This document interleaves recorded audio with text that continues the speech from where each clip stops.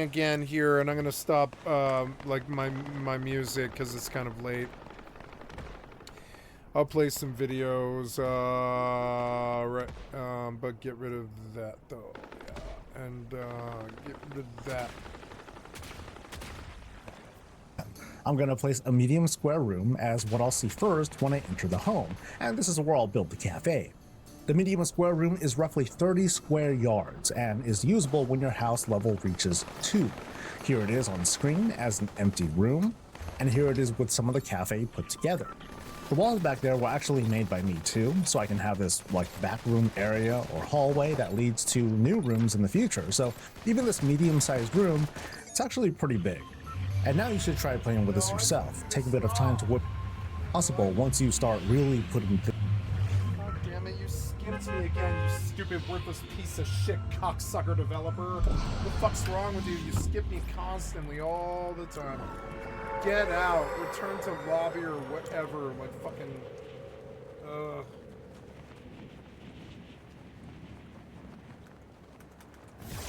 Get out of this. You're so annoying. I told you to stop. I did not tell you to go into another game. That's not what we told you to do, motherfucker. Suck my dick, piece of shit cocksucker developer. This is why I won't give you any money. Come on now. Close it.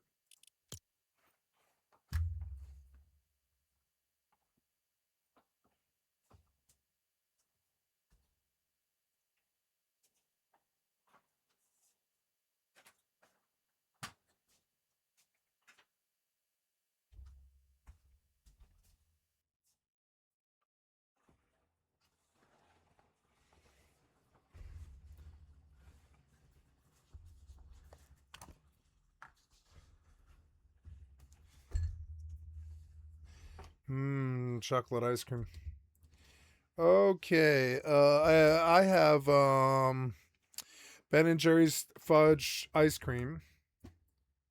I'm going to have a back room that leads off into more private, lead you there. So now you hopefully have an idea. Now let's help figure out just what kind of room layout we want to start with. I want to show you the WoW Database Housing Hub. A link to it is in the video description. I featured this a few weeks ago. It's a very powerful website that'll quickly become a favorite tool for helping you find decor and how to obtain it, but we're not quite there yet. Right now we're looking for a tool to help us visualize our layout and our planning.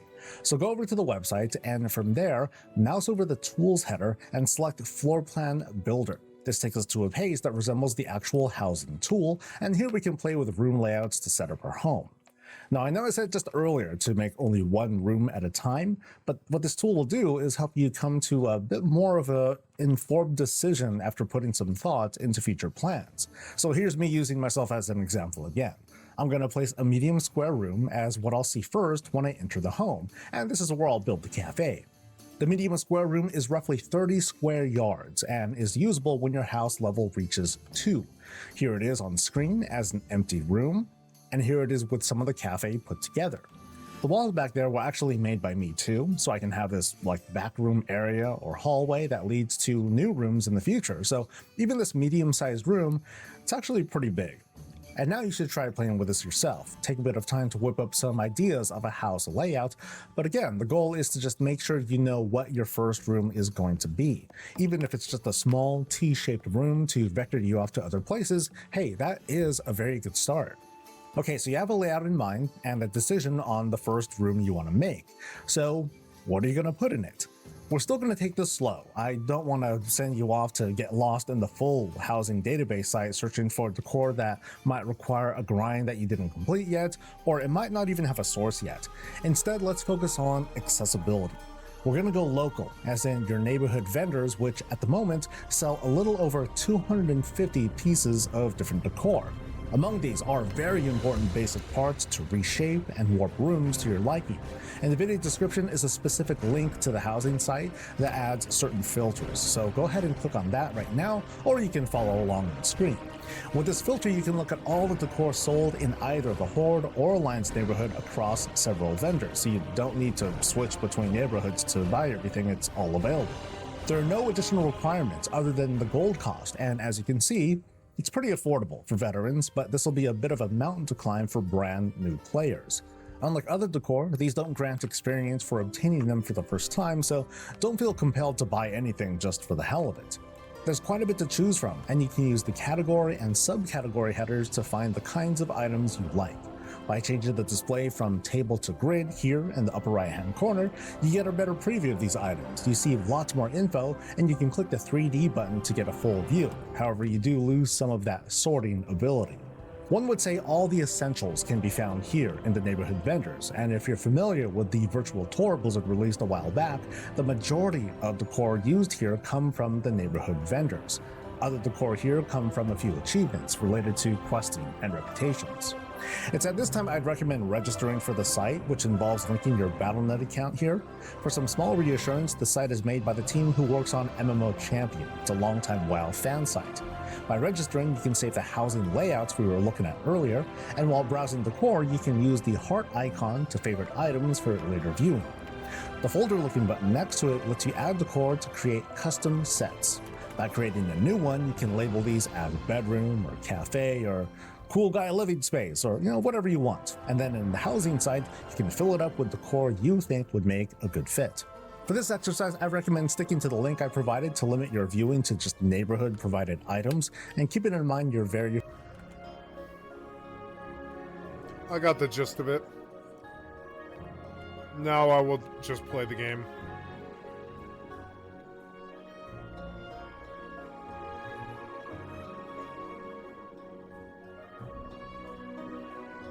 You receive item, Moon Rose. You receive item, Dolian Rose. You receive item, Silver Moon and Raspberry. You receive item, I bought everything small on this box wood vendor. bush. You receive item, small poppy cluster. You receive item, spirit bloom flower. You receive item, young chestnut tree. You receive item, flat boulder. You receive item, hilltop boulder. You receive item, round top Well, I boulder. like the cat more than the the silver dragon. Right, I have to actually put that thing.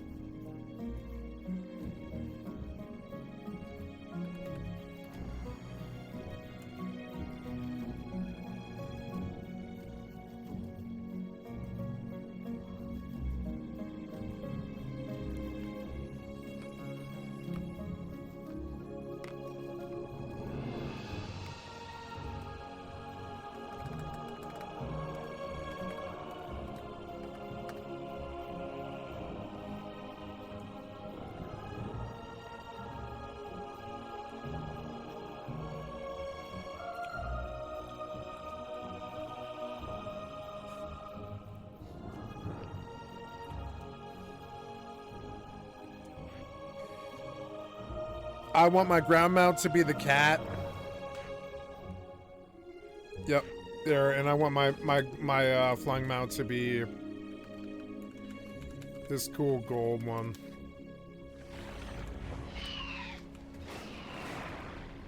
Wait, this was the wrong mount, I think. Yeah, this is the wrong mount, but it's called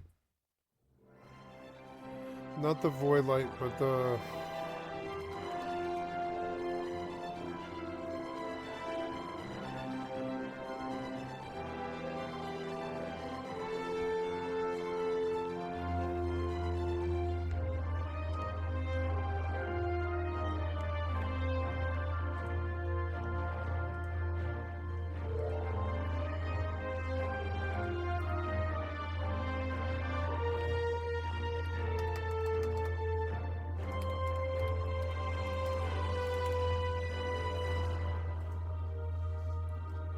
There it is.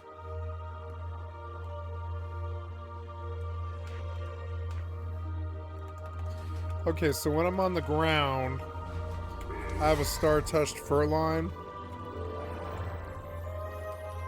And then when I'm flying around, I have this cool golden one. Because I paid some extra money for this, so this is what you guys got me. Isn't this cool? This is what you guys got me. Isn't this cool? You guys got me a cool golden dragon hawk. I want to show it off to the world. I love this thing. You guys got me a cool golden dragon hawk. It's one of the best things anybody's ever got me in my whole fucking life. You know, I mean, I chose with your money what to buy, but this is what I bought, and I like it. It's fun as hell. Thank you for making me a golden dragon hawk, guys. I'll be a golden dragon hawk for you guys anytime.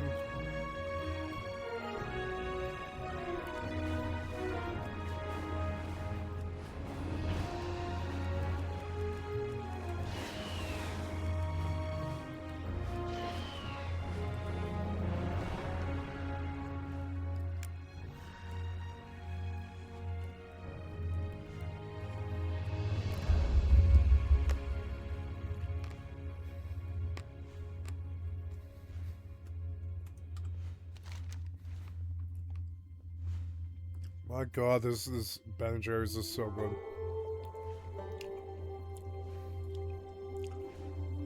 I can eat this whole pint of ice cream. I don't care. It's incredibly bad for me. I've had a rough couple of days. I don't care. It's better to abuse ice cream than heroin or meth. I'd much rather have ice cream than methamphetamine. Most days.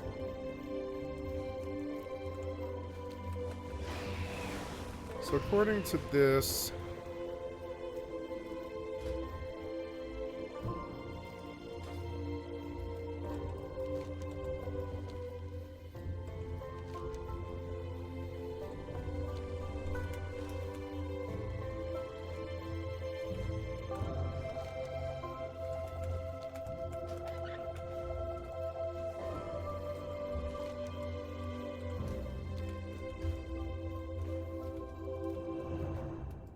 It's a wild boar. What is it that you're talking about here? Now, I had a mod that made the cursor shine. What happened to that?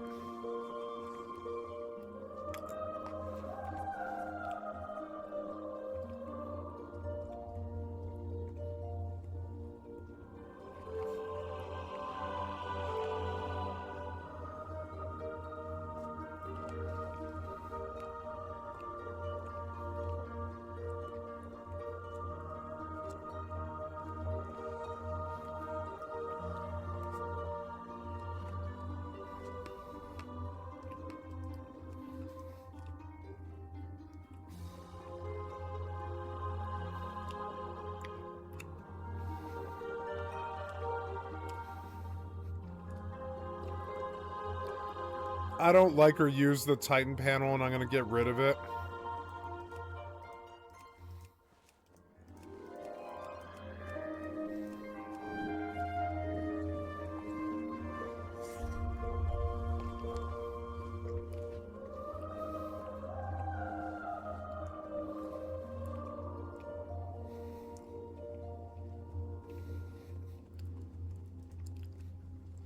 Oh, good.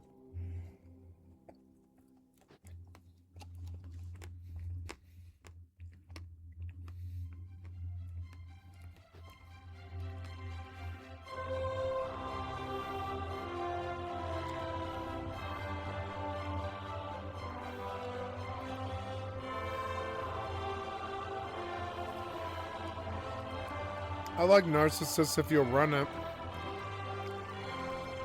Narcissus is awesome.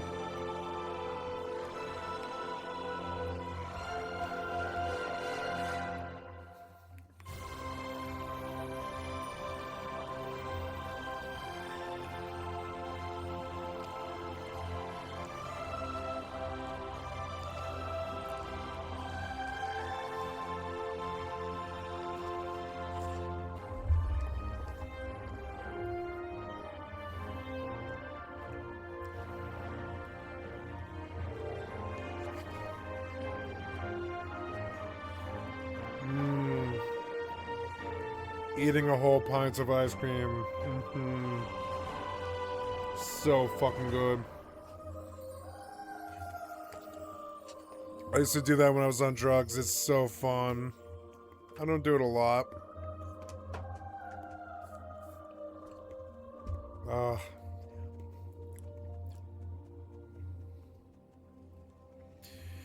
Rested XP guys and Whim. I like Whim, but it won't load.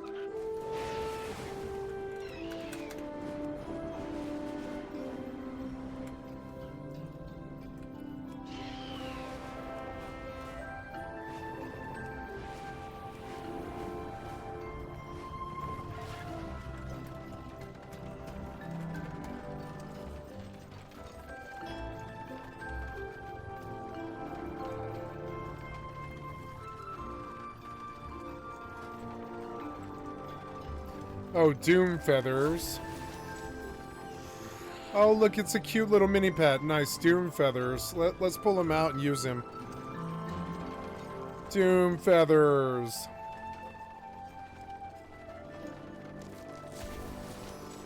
Oh, Hope Flutter is better. I want Hope Flutter.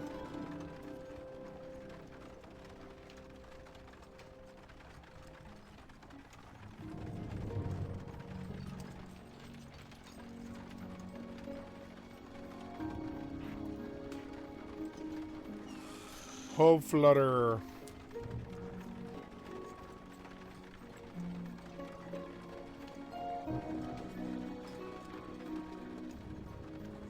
I have 250 mounts.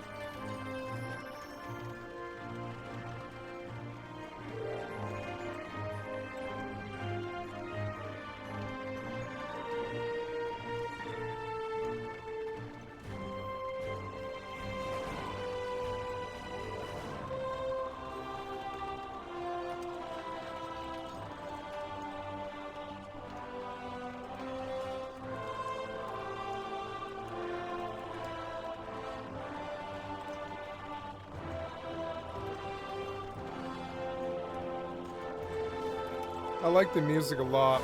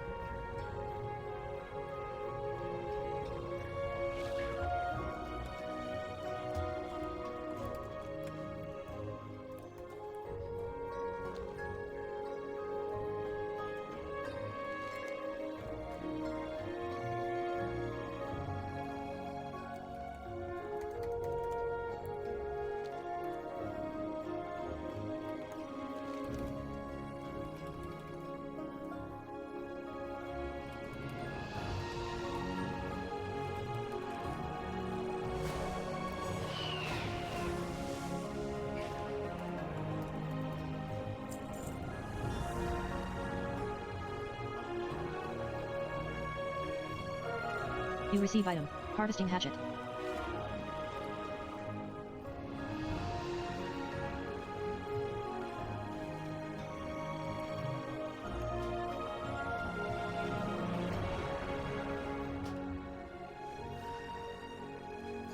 Hi, kitty. You wanna sit on my lap? Here, let me put my blanket down first. Hold on, kitty. Ah. Oh. Oh my fucking ribs. Oh. Hold on, kitty. There we go. Hold on. Okay, come sit on my lap, kitty. I love you very much. Hi. Hi, kitty. I love you.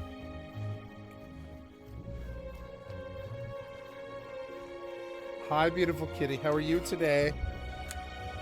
Are you doing okay? I think you are.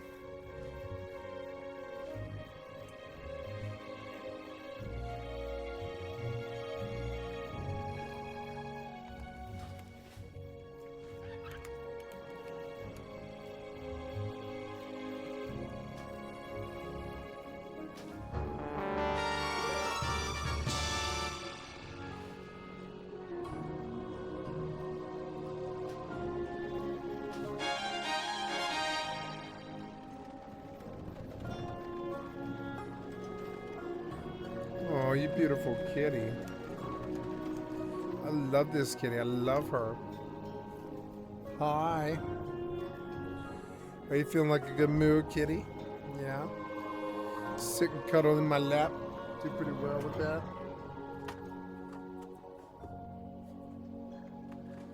I got a cat in my lap. I got a new WoW content. It's a good life. I'm blessed. I'm doing so good. I'm not even that angry anymore, you know? Doing well. Oh.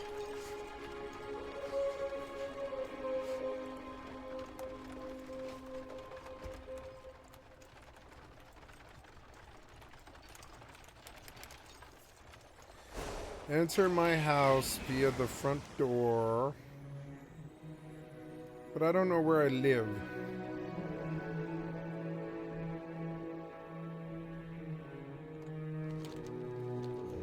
Oh no, that's where I live, right? Yeah, that's where I live. I think anyways.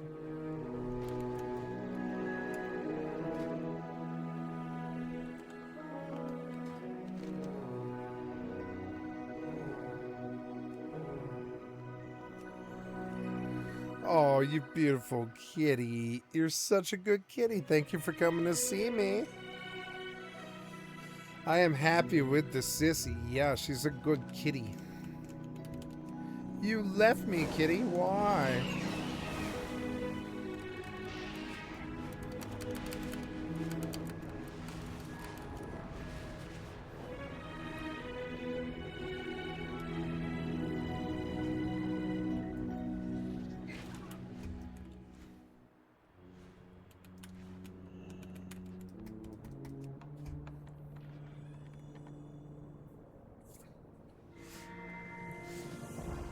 A short series of quests designed to educate players on the basics of decor placement and removal.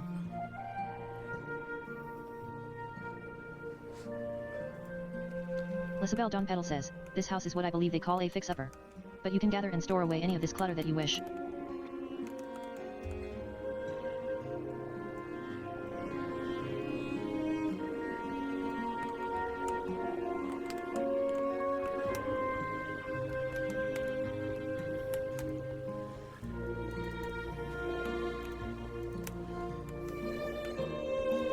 Click this button to enter the house editor.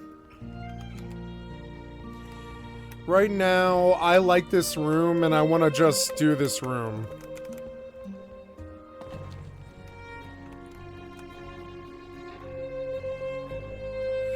Local time is 10:33. Wait, what do you mean 10:33? Oh, my clock is off again. My clock gets off a lot. Oh well.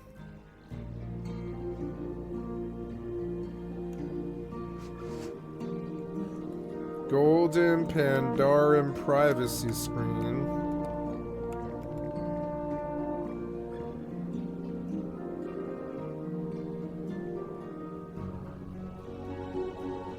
Hi, beautiful kitty. Homestone.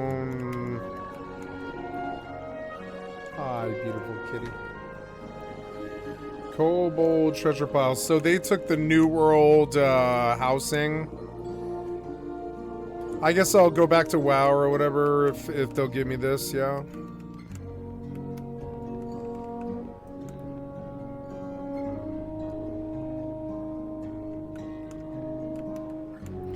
Hi, beautiful kitty. You came back.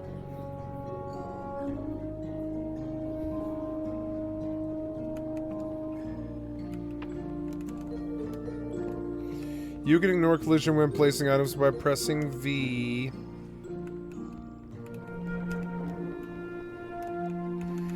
Founder's Point, Autumn Apple Tree.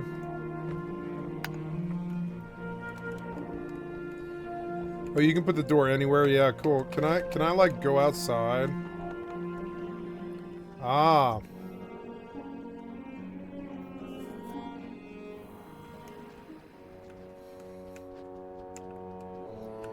When I go outside...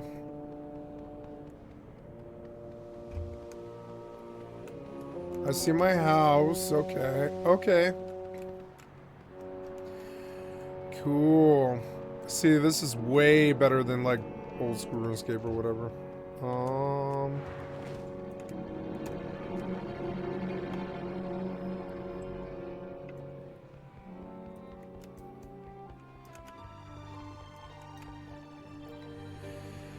Edit house. House owner.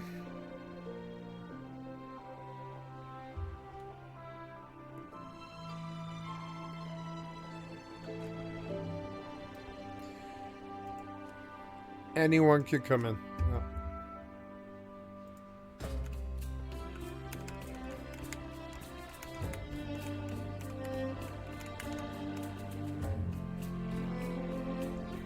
Oh, kitty, you're such a good kitty.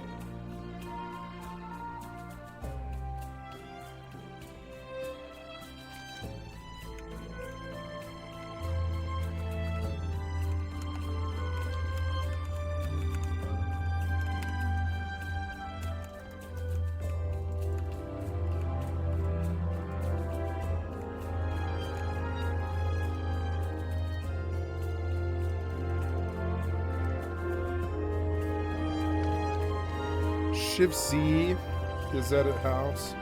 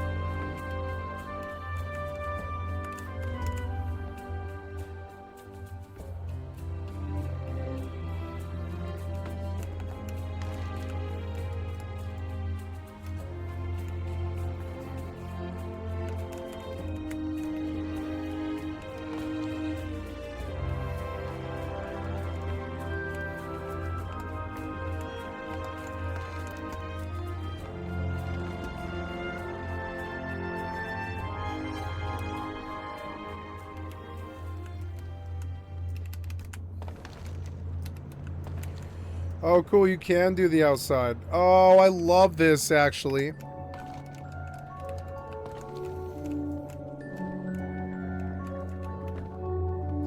Cool, I can put trees and shit like this.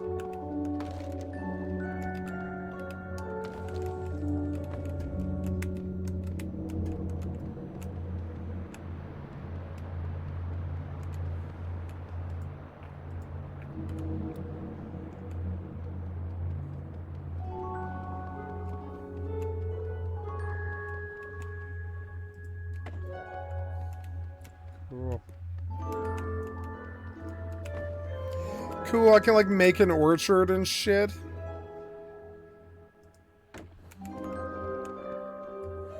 Skyhorned eagle kite. Oh, okay.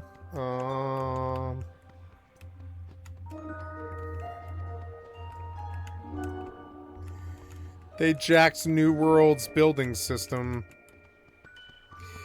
And now they want that to be the core of their gameplay loop. They thought that the housing would be this thing that they could just make the game we're playing again.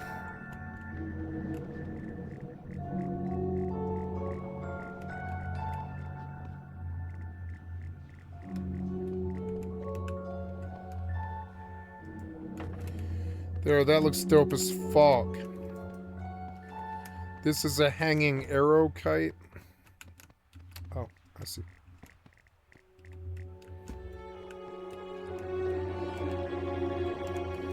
Can I hang it from the tree?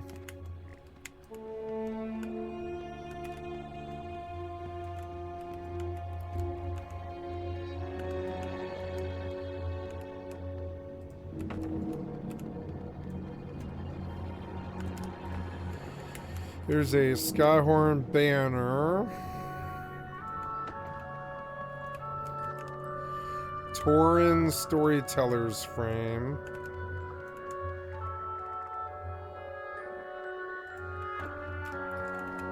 Smoke lamppost can only be placed inside. Valdraken only placeable inside. Founder's Point apple tree. Elwyn apple tree. Elegant elven canopy bed.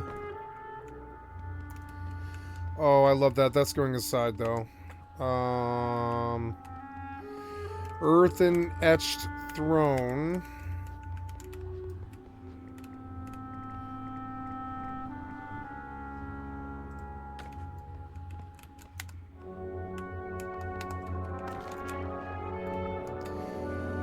I wish it was daytime. It makes the game suddenly a lot more immersive.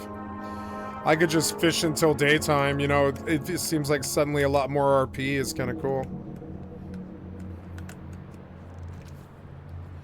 Oh, my beautiful kitty. I love her so much. I'm just going to touch her a whole lot while I fish. Yeah. I'm going to touch my cat, and I'm going to fish. You receive loot. Shattered lantern.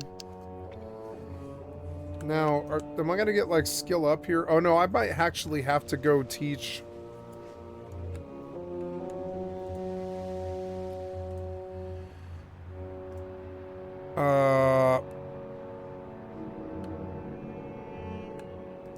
In World of Warcraft, where do I go to train midnight fishing?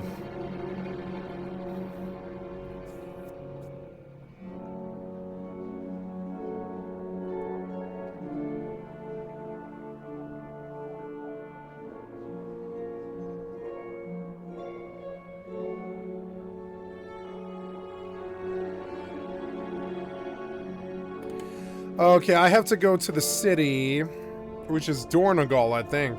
Yeah. I don't like the panda. I wish, I don't know.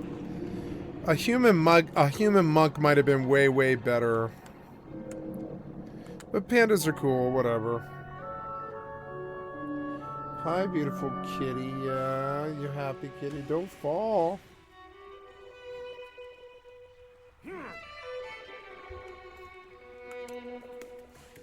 Oh, my fucking chest hurts so bad. The heat helps.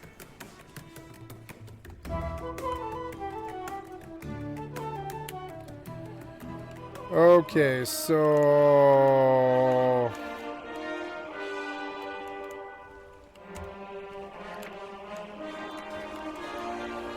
Arathi Highlands. I'm looking for a peacekeeper.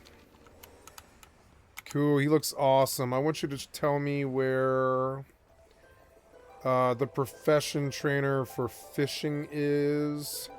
What's my profession? So yeah, well, I guess I should do all of them. So show me mining first.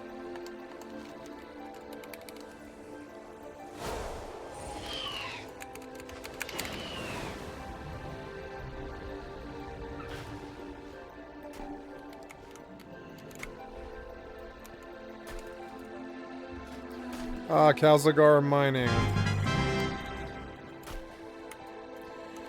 Mining supplies. Do you You have sold your something junk for 1 better copper. in terms of a mining pit? You repaired your armor for 18 gold, 29 silver, 83 copper. Oh, my lovely kitty. You're such a good kitty. I love you. Yeah, if I shove you down a little bit, you won't fall. Yeah. Oh, you're such a good kitty.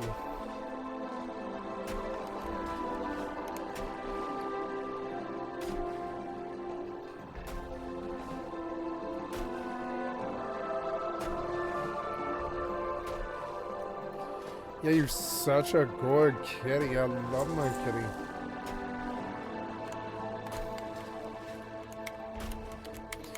Okay, that was mining, and now I want to learn herbing, which means finding another peacekeeper. Wow, Dornagal is cool. I'm gonna just let the game's content actually, like, wash over me, you know? I'm going to the herbalist trainer.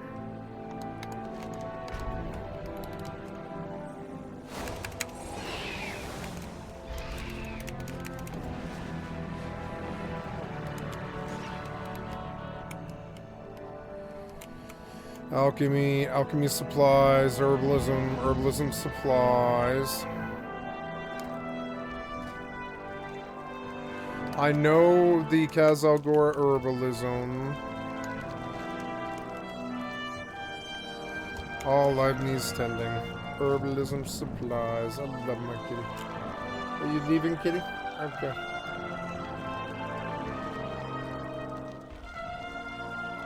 You receive item, herbalist spade. Nice, that was helpful.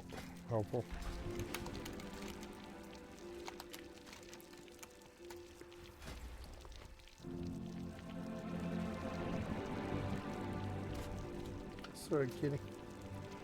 I'll get the thing out of your way. Good kitty.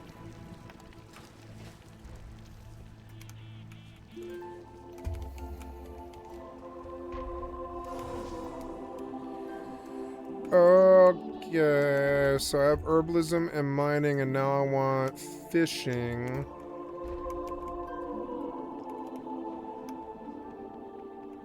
Oh, you fell, kitty.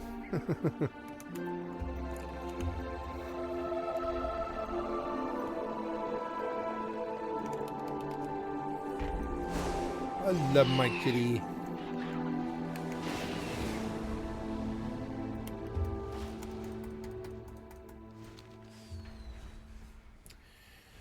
Profession trainer for fishing.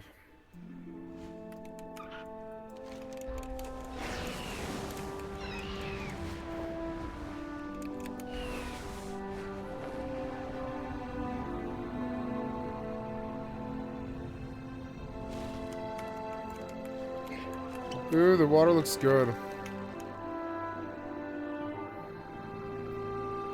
Damn, they made the water look better. Even in town, the frames are good. What's my frames right now? 100. I guess the housing was really low frames, but the game's so good. The game has such good graphics and like content.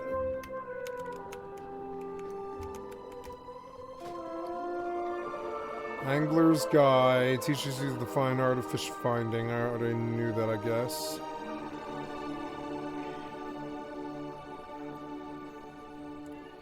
Shadowlands, the oversized bobber. You receive item, like, oversized 20 bobber's 5. or whatever, yeah. You receive item, oversized bobber's 5. You receive item, oversized bobber's 5. You receive item, oversized bobber's 5. And night crawlers. You receive item, oversized bobber's 5. You receive item, oversized bobber's 5. You receive item, oversized bobber's 5. You receive item, oversized bobber's 5. You receive item, oversized bobber's 5. You receive item, oversized bobber's 5. You receive item, oversized bobber's 5. You receive item, oversized bobber's 5. And here we go, fishing trainer. You receive item, night crawlers. You receive item, night crawlers. Okay, then You receive item, go night crawlers. shift 8. Oh, interior. You receive item, Nightcrawlers Decor 17. placement budget You receive 11.55 item. to Nightcrawlers 14.50. 3. Increase your. You can teleport to your house using this button. Teleport to plot. Oh, cool.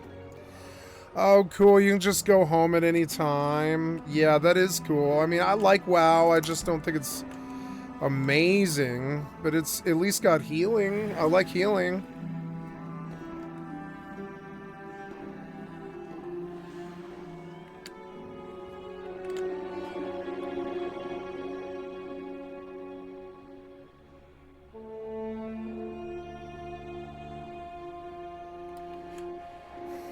Wow, this never joined, huh?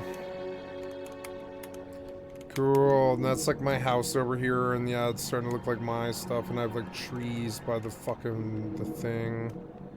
Oh, cool, I can like go fishing and stuff, yeah, and then, so let's use that.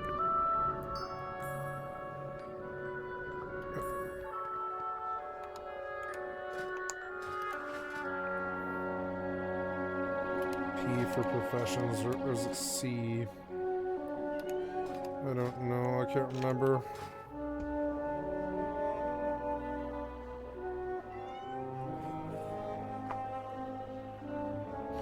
A daylight circle room.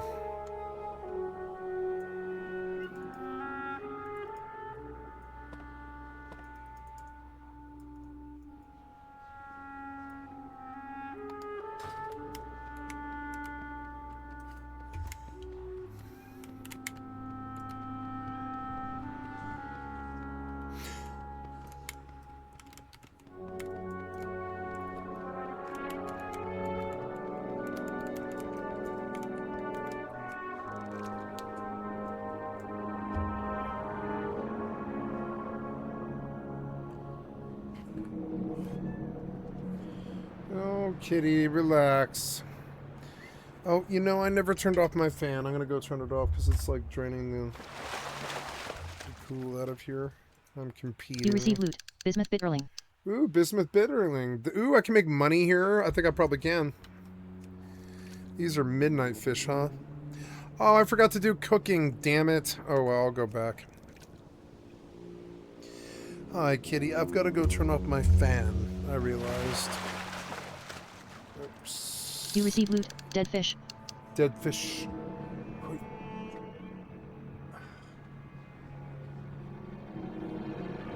Oh, Sam, it hurts. It hurts so bad.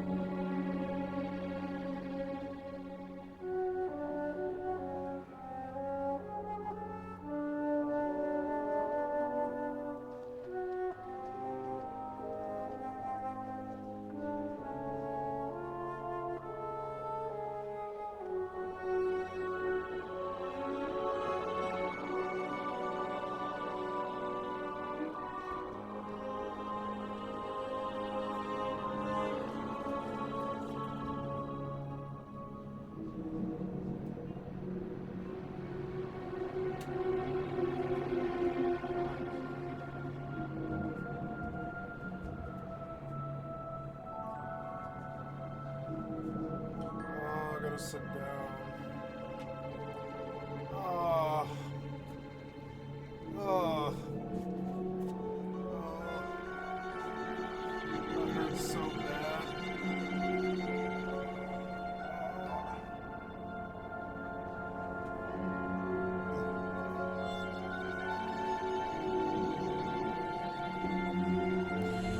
Well, I can fish the midnight fish here, which is cool.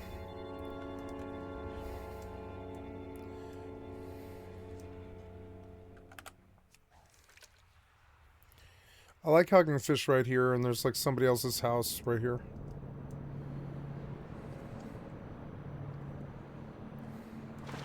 You receive loot. Splintered stone. Does it get bigger as I expand it?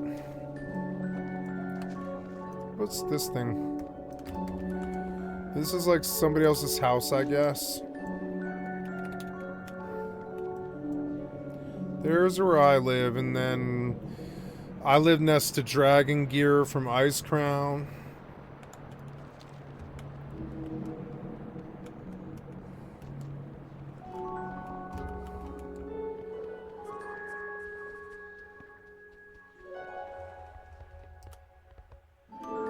A skimmer. Apparently, you can get housing items from fishing, and that's kind of something that I want.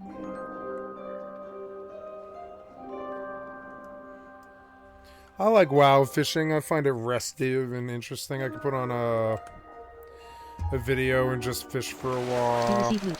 Bismuth bitterling. I should have trained cooking.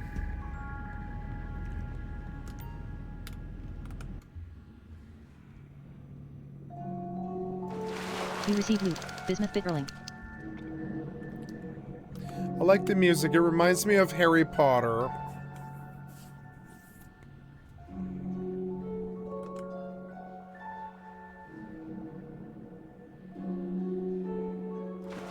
You receive loot. Nibbling minnow. Nibbling minnow is a 45 perception fish. You receive loot. Bismuth bitterling.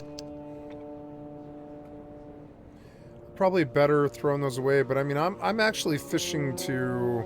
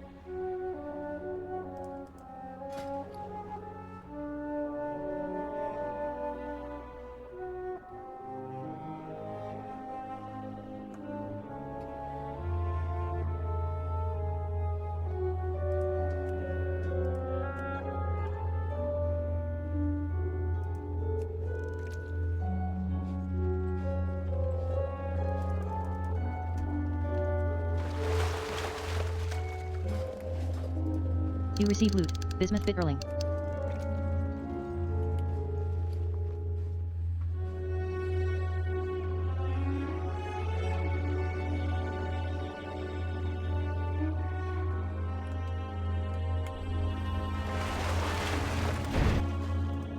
You receive loot. Bismuth bitterling.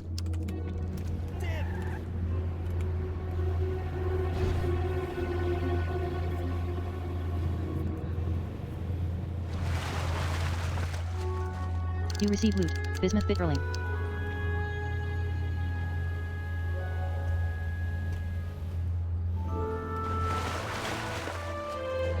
You receive loot. Bismuth bitterling.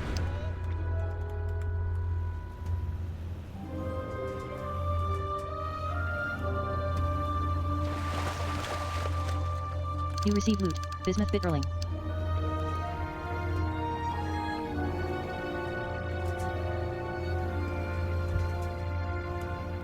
The hell was that? You okay, kitty? What the hell was that?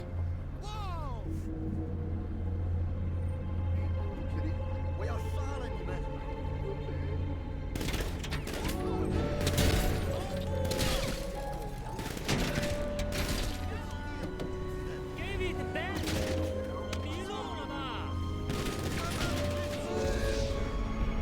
I got killed. I looked away for 5 seconds and I was dead. Ugh.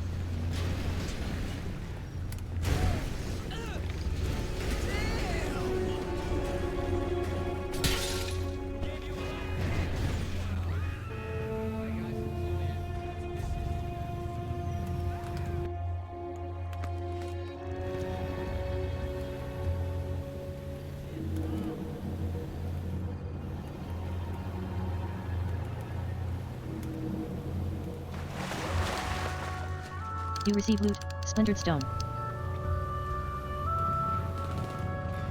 I can't believe they just let you catfishing as soon as you go into the expansion. You receive loot, bismuth bitterling.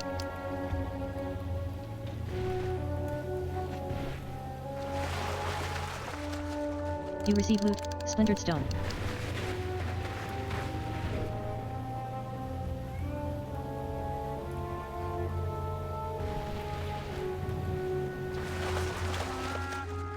You receive loot, gob of mucus.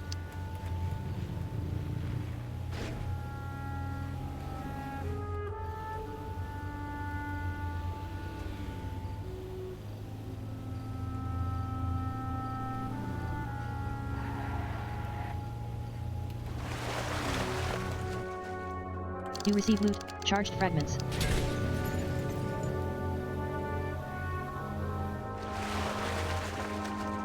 You receive loot, bismuth bitterling.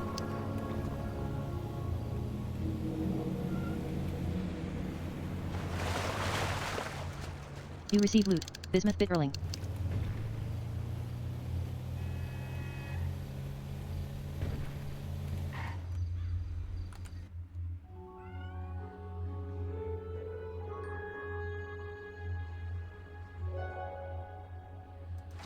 You receive loot, bismuth bitterling.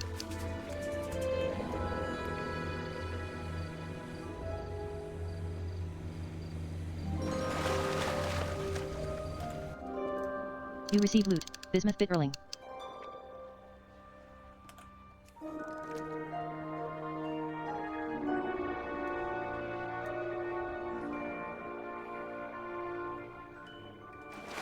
You receive loot, shed skin.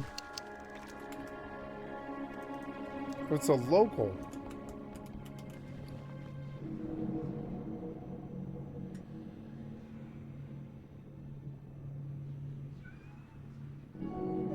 Relax, kitty.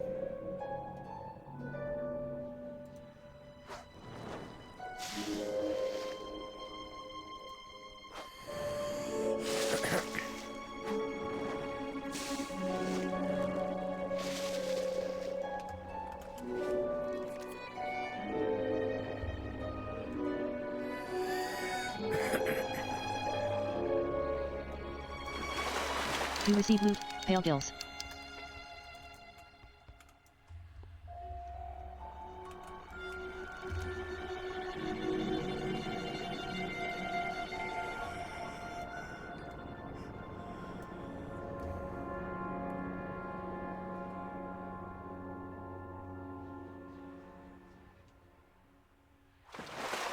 You receive loot, shed skin. They're selling that one Brutosaurus mount that lets you access the auction house from anywhere for $90, and I kind of want it because I don't think it's ever going to be on sale again. They said it wouldn't go on sale again, but now it's on sale again. And I'm scared it might not ever be on sale again, and if I don't buy it... Shed skin. But that's a lot of money, you know? It's a lot of fucking money.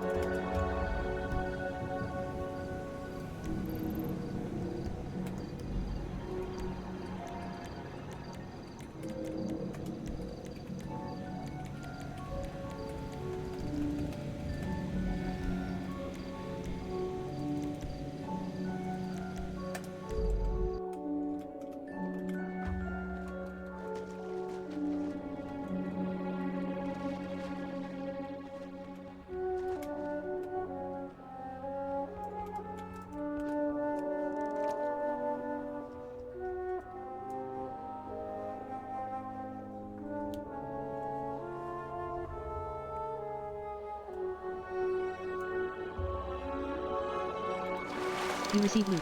Bismuth Bitterling.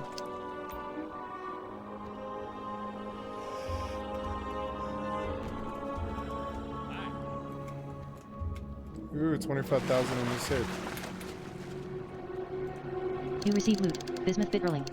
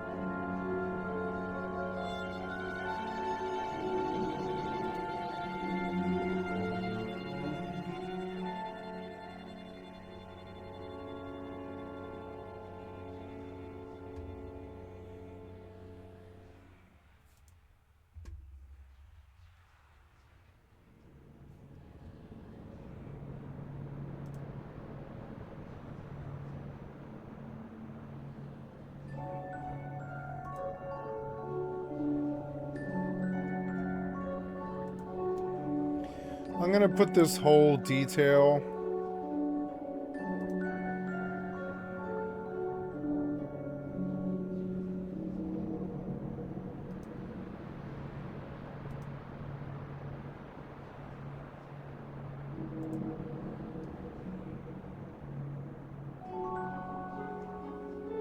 Yep, I'm gonna have them all mine.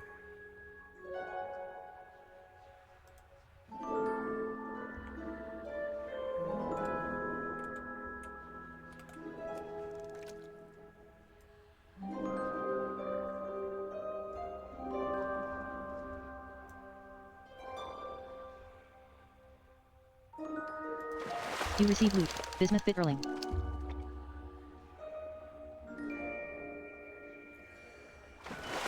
You receive loot. Bismuth Bitterling.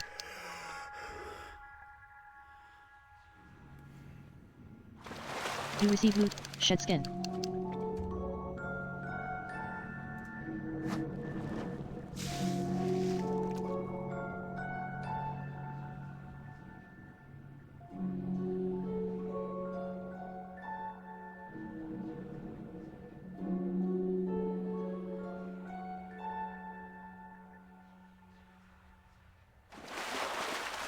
You receive loot. Shed skin.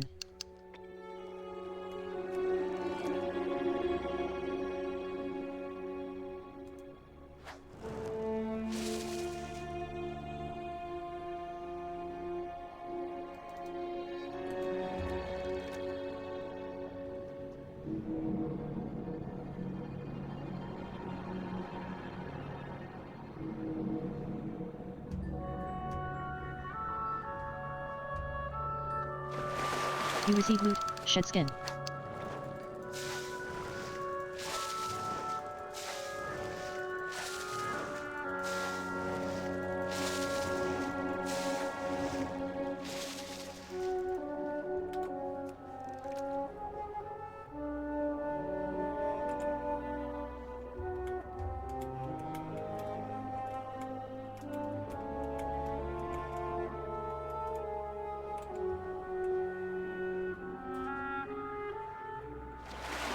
You receive loot, darkened residue.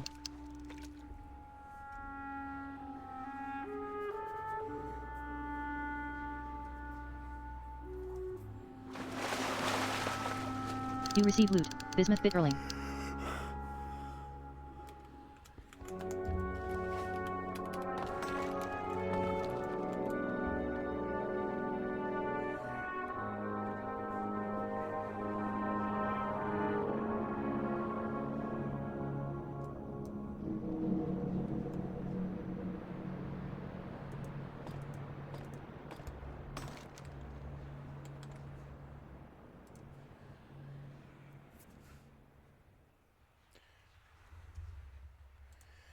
How long is a World of Warcraft day in real life terms?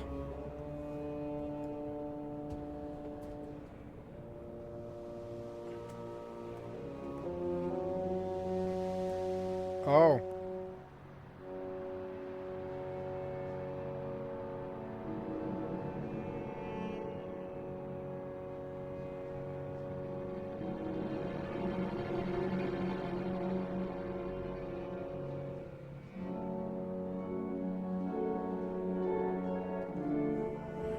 So it'll be a while.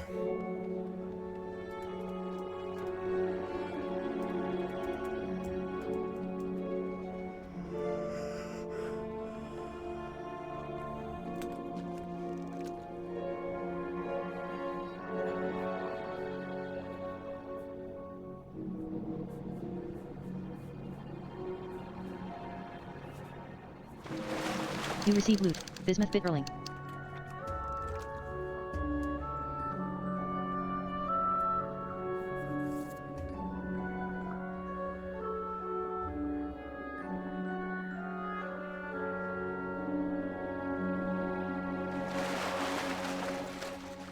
Oops, shit.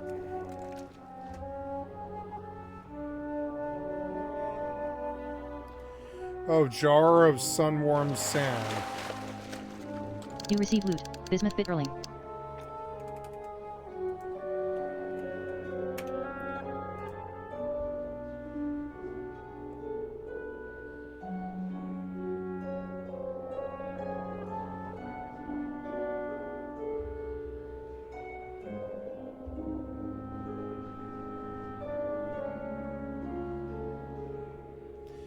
A 1,000 time warped schmeckles. 1,000 time warp badges. Wow.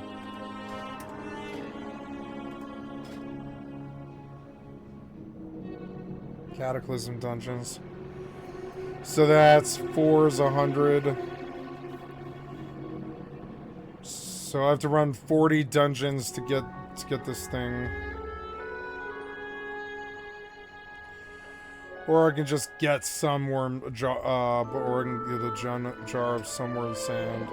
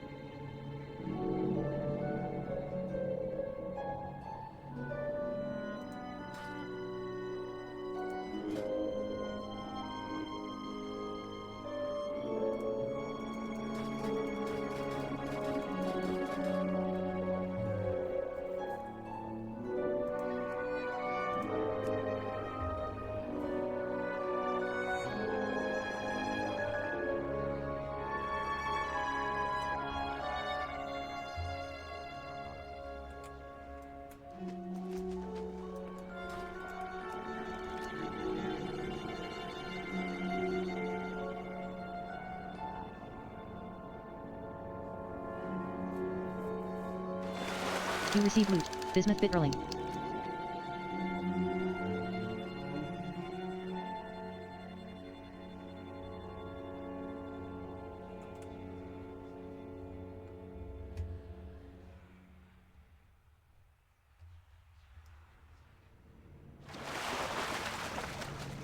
You receive loot. Darkened residue. I wonder, can I play classic and retail at the same time? No, you have to have a separate account, huh?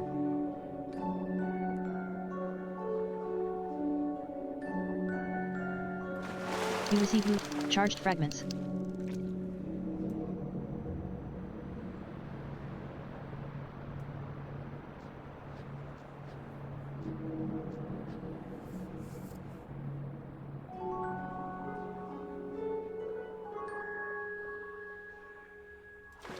You receive loot. Bismuth bit Erling.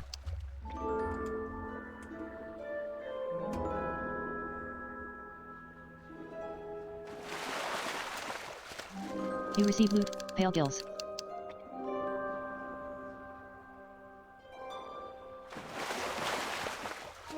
You receive loot. Charged fragments.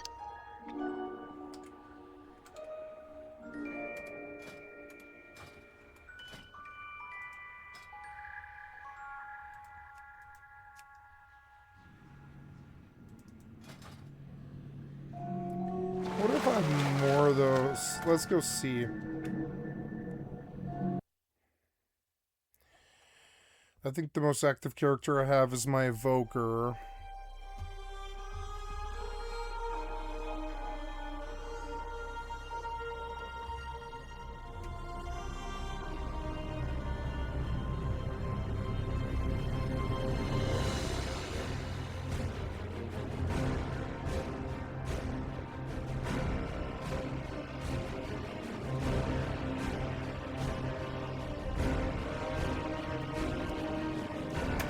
Oh, this is my main, and she's not even capped anymore.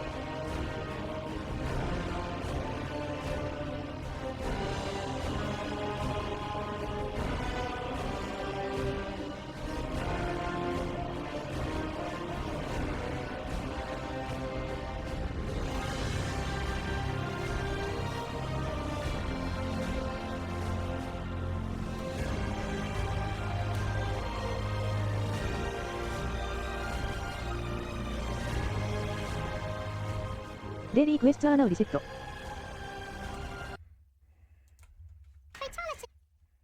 You have learned a new spell, Warband map to everywhere all at once. You have learned a new spell, Second Wind.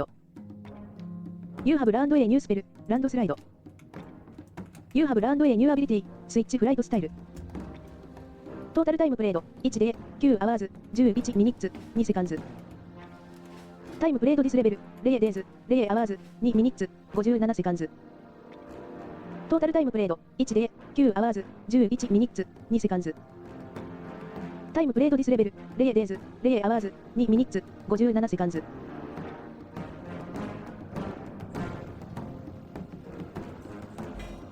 You receive currency, Dragon Isles Surprise X40.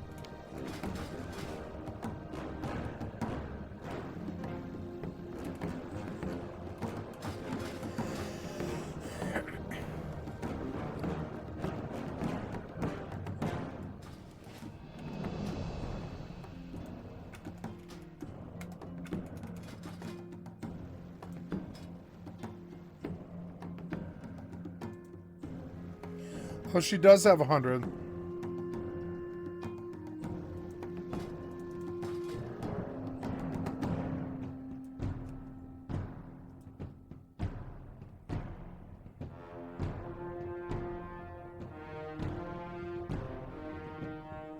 Lurgan is being empowered by the Dream Surge.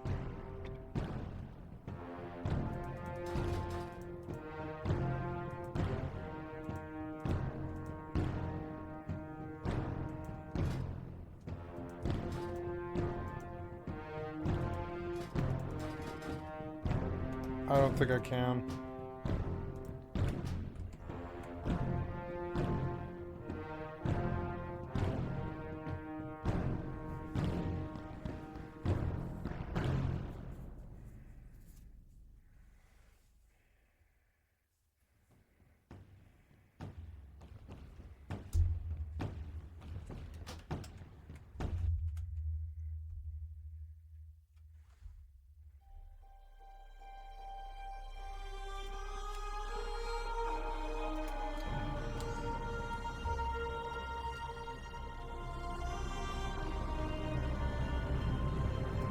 expansion released a year later to much disappointment, and then absolutely nothing. Until now. By far the most impressive mod pack I have ever experienced that doesn't just make the entire game of Starfield quite literally Star Wars, but adds in heaps of quality of life improvements, making the game infinitely more enjoyable to play. It is in so many ways the closest thing to a fully open Star Wars RPG we've all been hoping for, and for the low price of taking up like 300 gigabytes of SSD. Now I am hoping that the alleged Starfield 2.0 drastically improves the base game, but for now, this is my new Starfield. Brand new game, haven't done this for like 3 years. Oh man, is it actually 2023 this came out? Okay, so 2.5 years. See, I would have been so hyped if I started Starfield and that's what I saw. Oh my. Main quest prologue? Oh wait, holy. Star Wars Genesis. Coruscant, current location. Equipment loadout, Imperial Miner, Civilian, Stormtrooper, Rebel Pilot, Smuggler, Bounty. Dude, I'm gonna start as a civilian and work my way up in the world. I'm very excited for this. Confirm.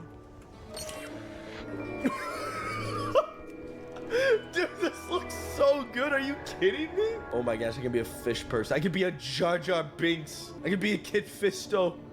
I could be a walrus. Ew, yeah. They actually have hairstyles for them. They're reacting. Look at how it's coming together. Look at me bending at the knee. I'm shaking. I'm shaking. I'm so scared right now. I'm just a normal chef civilian. I shouldn't even be here. Would you like to join us on this great mystery? Or are credits the only thing you're after? Credits. Fair enough. Also, word of advice. Stay out of the cantina down the alley. Dirty, rotten, cheating bounty hunters, the lot of them. Well, I know where I'm going. I want you to follow me, dude. Now that you are a member of Constellation... Wait, I'm not though. I'm not a member of Constellation. Protocols necessary. Whatever you were before, or whatever you do once you're out there, I don't care. So long as you don't bring the Empire to our doorstep. Dude, AI voice splicing is getting a little too good, man. A little too good. See your parents? Oh, I get to go see my parents. I have parents. See, that's the thing. This city immediately feels so much bigger now just because of all the extra added buildings and everything. Like, yeah, you can't go into every single building. It's not as immersive as, say, Night City and Cyberpunk, but this just feels like a mega city. Family apartments. No, I didn't find Cyberpunk immersive at all. Oh my goodness. I did, but... My dad is a part of the Blue Man Group. I thought you were...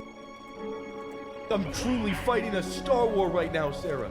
Sarah, he's out there. Oh. Sarah, did you feel that? Sarah, did that hurt? You take a ton of damage, but so do the enemies. It's just very across the board realistic. It's all based on armor stats. Oh, these fights are intense. Oh, frick you, dude. Oh, you got a flamethrower. Sarah, no! I hope Sarah's okay. Just wait for it. Got him.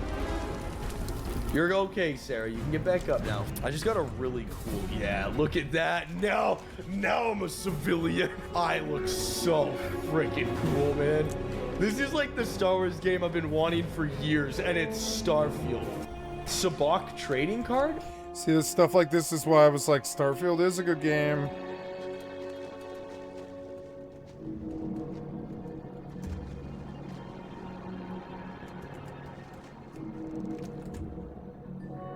Oh, that's sick. Oh! There's a bounty hunter. Oh, those bounty hunters are tough to kill. Come on! Who wants them? Oh, Sarah, I need your help. Flamethrower, where is it? The rotary. Yup, this is gonna be very fun for me. That's nice, that's very handy. Dude, that is so crazy. I am heavy weapons guy. Heavy dude.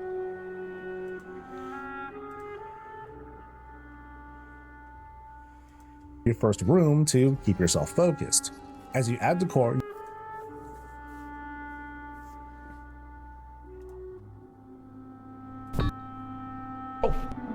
I'm genuinely going through it. March was a good month. He had some exciting content. He was making some major moves. He had a small beef with Ash Cash, who's a famous Instagram model. Small beef with David Portnoy, the owner of Barstool Sports. More girls on his stream. Did a stream with the Nelk Boys. He's officially done with Corinna. And he did an IG Live with Lil Yachty and Sheck West. But April's where things get crazy. Let me tell you, I am not exaggerating one bit when I say that he is doing something viral every day. I've never seen anything like this. First thing, he announces his GTA server that is built to look like New York. Everyone and their mother are gonna want to play this, so Aiden, I better get that invite. Then Aiden did something which easily got him the most clout in the rap world, the Who I Smoke controversy. It's a diss song aimed at young E-Nace's rival, Julio Fulio, who's also another rapper. It's an ultra fun and catchy song, but the lyrics are essentially speaking ill of Fulio's dead friends. It's not very often that you hear a diss track that's fun and lighthearted sonically that people want to sing out loud, which is what makes it even more disrespectful. Anyways, Aiden's friends set him up bad. They tricked him into reacting to the song and singing the lyrics in front of 40,000 people, which is a big mistake. Basically, his friends tricked him into disrespecting some really violent people.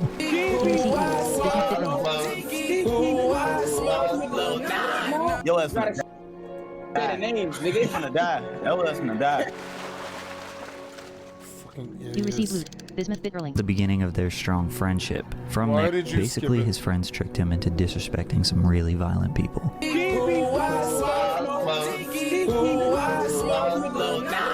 Yo, ass gonna die. The names, nigga, it's gonna die. Yo, ass gonna die. So Aiden apologized right away to Fulio on Instagram Live, and he understood.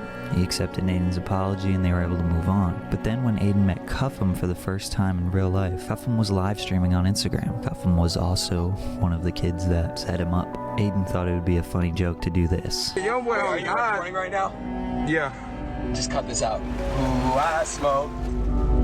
Say it. No! But he didn't realize Cuffham was live. Fulio did not like this. He tweeted out the video of Aiden and said, "Don't try to squash it either." He was mad. Aiden took it too far, and he had to clean up his mess again. He went live with Fulio for one last time and somehow managed to clear his name. Fulio's a good dude for that. Then Aiden went live with Lil TJ. It basically was just promo for TJ's album, kind of like how a rapper would do an interview on a radio or podcast or whatever, but Aiden style.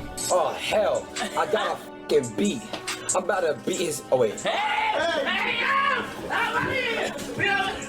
But ultimately, the stream is like the most chill and real version of what hanging out with a rapper would be like. It's actually really cool. Also, Aiden has a new girl in his life now, Pammy, who's a TikTok star. So this is now girl number 3 in the Aiden Ross empire. But stay tuned for next month. Enter Zeus. In my opinion, the best music video reactor of all time. Zeus and Aiden had an iconic stream together. I don't think they necessarily knew each other before, but Aiden was going all out on this stream. This stream was way too good though. Their chemistry together on camera is perfect, but the whole thing seems like it was planned out. If you watch the stream back, you can tell they planned for Aiden to be as sus as possible because they knew he was hot and they knew that's what the chat wanted to see, and they both killed it. And they went dumb viral. Literally that same day, they went and did a reaction video at Polo G because Zeke and Bilu do their reactions with the actual rappers now. But they orchestrated a plan for Aiden to pretend to be a rapper and spit something for Polo G. This is what happened. I just got done sucking on a gun. I mean, wait, I'm fucking on a gun. I'm about to put a blunt in my mouth. I'm about to go out and take this ticket. Wait. Yeah? This man Aiden literally did 2 viral moments in one day. The stream with Zeke and then the sus freestyle with Polo G. Like, he's just different, but in Aiden style, he took it a little too far, which is again something that Aiden is known for. He commented on Polo G's Instagram calling him fine. Polo G did not like that. Then he had to run and apologize. Aiden is very big on asking for forgiveness rather than permission. The strategy works because you go viral, and he seems like he can charm his way out of most things. I mean, people know he's not a threat. But ultimately, bro, sometimes when you embarrass people like that, they're never gonna forget it. And they might not want to accept your apology, so just be careful. I'm just rapping. And Polo, shout out to you. You going crazy. It's my apology. Sorry for that sus shit, man. I didn't mean it. I'm not like that, G. Then he went live with Lil Yachty. More clout. He got catfished on IG Live. Viral. Then he went live with Sheck West on 420. Viral. Then he had Ian Dior and 24K Golden on his stream, viral again. Then he had Lil Tech on his stream, viral again. Made a sus skit with Zeus on his YouTube channel, viral again. Then he streamed with Blueface and DDG, viral yet again. This is literally like 2 weeks, less than that. Viral moment after viral moment. But let me tell you something, the Zeus chemistry really is the best. Low-key, the rappers are kind of boring on there because sometimes they don't really understand Aiden and it just ends up being a little bit cringe. Aiden definitely carries those streams hard, in terms of entertainment. But look how genius this is. Aiden invites his sister onto the stream, which is arguably girl number 4. Zeus meets Aiden's sister for the first time, and this is what happens. Wait, why are you giving him up? I give everyone hugs. What the f? Ah! What the f is this, bro? Oh my god! Y'all planned that, we know. Look at Aiden's shit-eating grin. What are you doing? Meanwhile, he's standing there making sure he's in frame and they're in frame. We know you set that up. And then the next day, she's posted up on IG with Zeus's chain on. Then Zeke claiming he smashed. The internet's going crazy. Aiden's doing a really good job pretending like he's mad about it. But then Aiden goes live on Instagram, and Zeus is literally right next to him. On God, it's not funny. Bro, your sister has amazing pussy. That's crazy you're saying that right now. Like, why would you go live on Instagram Trends. when Zeus is right next to you talking about how he smashed your sister and he's supposed to be your friend? Nobody would set themselves up for that. Nobody. But it's entertaining as hell. It's pretty genius, and I'm not mad at it. Keep doing your thing. But Aiden Ross, this kid is special for sure. His content is harmless, and he's genuinely a good person. He's okay with being the butt of the joke. In fact, he encourages it. So when rappers go on there, people go on there and bully him, it's just for the content. Everything he has done to this point was in hopes to get bigger and bigger. He loves the spotlight, and he has huge aspirations. I genuinely think that his heart is in the right place. You might think it's a little cringe or corny or whatever, but his intentions are really pure. And he seems just like a great person. And he's stayed consistently as a great person throughout the whole time that he's been a streamer. I think his GTA RP server is going to explode. It's literally going to be the next wave of music industry, entertainment, and networking. Can't wait until he gets Drewski and Jack Harlow on that stream. I think he even has potential to get people like Drake, because Aiden is doing numbers that literally nobody else in the music world could really do right now. So he has a lot of value. Keep shining, Aiden. I can tell you're a really good person, your intentions are good, and you've even inspired me to maybe start streaming on Twitch a little more. Keep doing your thing. And drink more water. Volatile AIRX3. I'm the wife. Who in this chat would me right now? I need to know who the would my ass right now. Tati Westbrook dropped her now infamous Bye Sister video a little over 5 years ago, and if you were paying attention back then, you know just how big this video and the ensuing fallout was. To this day, people remember where they were when that video dropped. They hosted parties to watch the subscribers on Social Blade drop. The whole thing was covered by E-News, for God's sake. But if you don't remember everything that happened, we are going to go through all of it. I'm going to take you through the entire Bye Sister saga with all of the nitty-gritty details. I also want to talk about why this drama that started out with some gummy vitamins transformed the way that fans consumed influencer content. It also completely shifted how influencers moved online, how they handled drama, and how they weaponized their platform for better or for worse. So let's get on into the Bye Sister saga and talk about everything that went down. It all ended up extending so much farther than Tati Westbrook probably thought when she pressed that publish button. Let me set the scene, okay? It's 2019. We are at the peak of influencer prestige and cancellations, particularly within the YouTube beauty community. And then on May 10th, Tati Westbrook drops a video that changes the course of the internet forever. And that sounds like I'm being dramatic, but it actually kind of did. Now, Tati Westbrook is a very well-liked, well-respected beauty YouTuber. She's a little bit older, and she was never involved with petty drama or anything like that on YouTube. She also has a beauty supplement brand called Halo Beauty, which caused a little confusion at the time because people were like, why is this beauty YouTuber trying to sell us vitamins? But there wasn't any major controversy, and everyone really liked her. At the time, there's also a younger beauty YouTuber who's gaining massive popularity by the name of James Charles. You may remember him from going viral for retaking his senior photos and bringing in a ring light. In fact, he was gaining so much popularity that he went on tour. He was doing makeup, he was meeting people, he was singing. But obviously with a big following comes a lot of hate, and a lot of people were not really feeling James Charles. They didn't really like his content, they thought it was cringy, they also thought his tour tickets were really expensive, which, I mean, they were hundreds of dollars, and at that time you could go see Beyonce and Taylor Swift for less, so it wasn't really computing. The truth is that there were a ton of reasons why people didn't like James Charles, but despite all the hate, he still had millions of fans that tuned into his YouTube channel every single week just to hear him say, "Hi sisters." So when Tati Westbrook posts a 43-minute video titled "Bye Sister," we all knew that shit was going down. Now mind you, shortly before the drop of "Bye Sister," we see Tati Westbrook crying on her Instagram stories, and that was very out of character for her. She was basically talking about how fake bitches are these days. Everybody says what they need to say and uses who they need to use to get ahead, and I have You receive loot. Pyre the helm of the fire flash. The internet PIs quickly put the pieces of the puzzle together and realized that she was talking about James Charles because he'd recently gone to Coachella and done a Sugar Bear Hair sponsorship. I don't know if y'all remember Sugar Bear Hair, but those gummies were fucking good. Honestly, I was popping them like they were Welch's fruit snacks. That probably isn't that good for you, but I digress. Anyway, they were a direct competitor to Tati's Halo Beauty. James responds with his own Instagram story, and it's basically like, look, I don't even like Sugar Bear Hair. I only did the sponsorship because I was getting mobbed at Coachella and they offered me artist passes in exchange for a Snapchat. Now at this point, people are already catching on that influencer sponsorships are full of shit. If you watched beauty content at that time, you frequently saw your favorite influencers shilling brands like Morphe for that commission. There was an understanding that even though Morphe did have good products and brushes, influencers were trying to cram as many Morphe products as possible into their content for that coin. And that obviously feels very disingenuous, so trust in the beauty community was already starting to crack. When James admitted that he was willing to endorse a vitamin, right, a health product, without having tried it or done his due diligence, it was one of the first biggest examples of an influencer admitting that he had played his audience for convenience or money. I mean, if we're being real, the sponsored post was just a blatant lie. I say all this to add context that when James posted that Instagram story,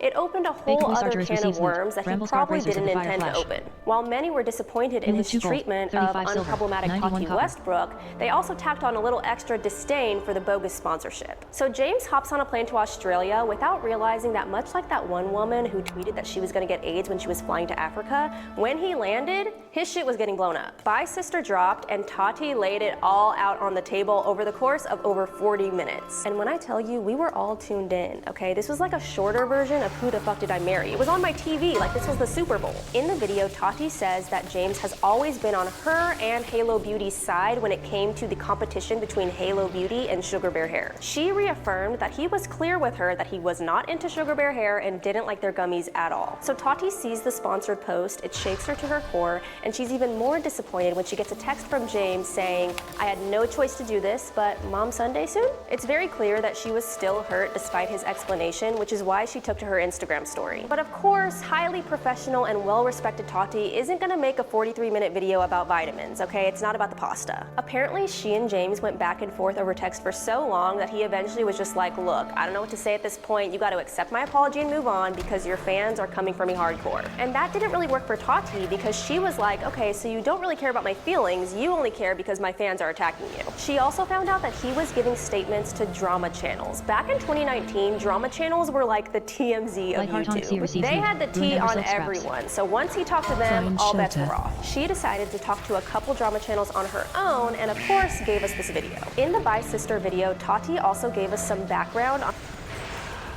her relationship with James. Obviously, there's a pretty big age gap in between them, so they had more of a mentor-mentee kind of relationship. She had him on her YouTube channel multiple times, he did her makeup for her wedding, and her husband, coincidentally also named James, is a well-connected former agent. So he was also helping James out on the side with the business aspects of his YouTube channel. I negotiated another deal on the side for him that would have given him $1 million the following week, with a guarantee and with a higher percentage. So he had that thanks to me and thanks to the hours that my husband spent making sure that he had that padding and that, safety net. And he went and talked to Linda and he got a higher percentage So literally millions in his bank account. So all of this made the sugar bear hair of it all sting a little bit, but that is not all that she talked about in this video. She also talked about James's tendency to try to turn straight men gay. Now mind you, James had just come back from Coachella, right? Where he's flown out this guy to meet him there, and then tweeted that he was a disgusting con artist who had led him on for months. Obviously, all of his 12-year-old fans went to attack this guy, and it forced him to come out with a public statement. He said, look, I'm bi-curious, I told James I was still figuring out my sexuality, and he flew me out anyway. And once I got there, he kept pressuring me to make a decision on whether I was straight or bi, and it just wasn't cool. So Tati brings up this specific incident in her video and talks about how it's not okay, but it's also a pretty common occurrence. I was shocked that James even then was saying to his dad that every man is a little bit gay, and that there's no such thing as a straight man. And, you know, his dad's like, you're wrong, James, you're wrong. This is where her iconic phrase comes up when she talks about him discussing sex at the dinner table with his parents. It's like, no big deal. Like, sucking dick and cock. Like, I'm just like, oh my god. Lightbringer receives loot. Time and place. And you did it at my birthday dinner. He also made some messed up comments about taking advantage of their waiter. You were talking in detail about things you wanted to do to the waiter. And when I said, James, he's straight. Your response was, doesn't matter, I'm a celebrity. So freaking gross. And you said that in front of my family. Allegedly, this dinner was so bad that Tati had to call everyone the next morning and apologize for his behavior. She also questioned the story that James gave her about what happened at Coachella because she found it hard to believe that Sugar Bear Hair was just there with all of these extra contracts and artist passes on the off chance that some influencer they'd want to sign with would be there. It just didn't really make sense based on her experience in the industry. Tati was convinced that James had made this deal with them in advance, and even if he hadn't, he should have just taken the L and gone home and realized, okay, next year for Coachella, I gotta bring security. You should have walked away. You should have held on to your integrity. You're a phony. I know that now. I know that you're easily bought, that a good time is more important to you than your integrity. So that's the whole gist of Bye Sister, and when James lands in Australia, he obviously sees it and proceeds to make a classic YouTuber apology. It's a pretty bland 8 minutes. In the video, he apologizes to Tati and her husband, occasionally pausing to take a little breather. I met Tati. He apologizes to his fans and his fellow beauty YouTubers. It's pretty ham and cheese. We don't gotta go too deep into it, but I will say that he does double down on his Sugar Bear Hair Coachella story. He insists that he is telling the truth about what happened there, but he doesn't refute any of Tati's other claims. At this point, James is losing thousands of followers a minute. It's like his apology did more harm than good because he didn't really deny much that Tati said. He ended up losing 500,000 subscribers in one day. That is still crazy to me. Okay, sorry, I was sweating so much that I had to go put on a short sleeve. Note to self, don't wear a long sleeve while you're filming. Okay, we're back, let's get into it. Meanwhile, we also get a video from the waiter at Tati's birthday dinner, this guy named Sam, and he basically confirms everything that Tati said. Like making According to Sam, James was asking the other waiters if he could get Sam's number, if he was single, if he had a Valentine, and so the next day, Sam DM'd James. The conversation is pretty friendly and normal, and James invites Sam to his hotel room that night.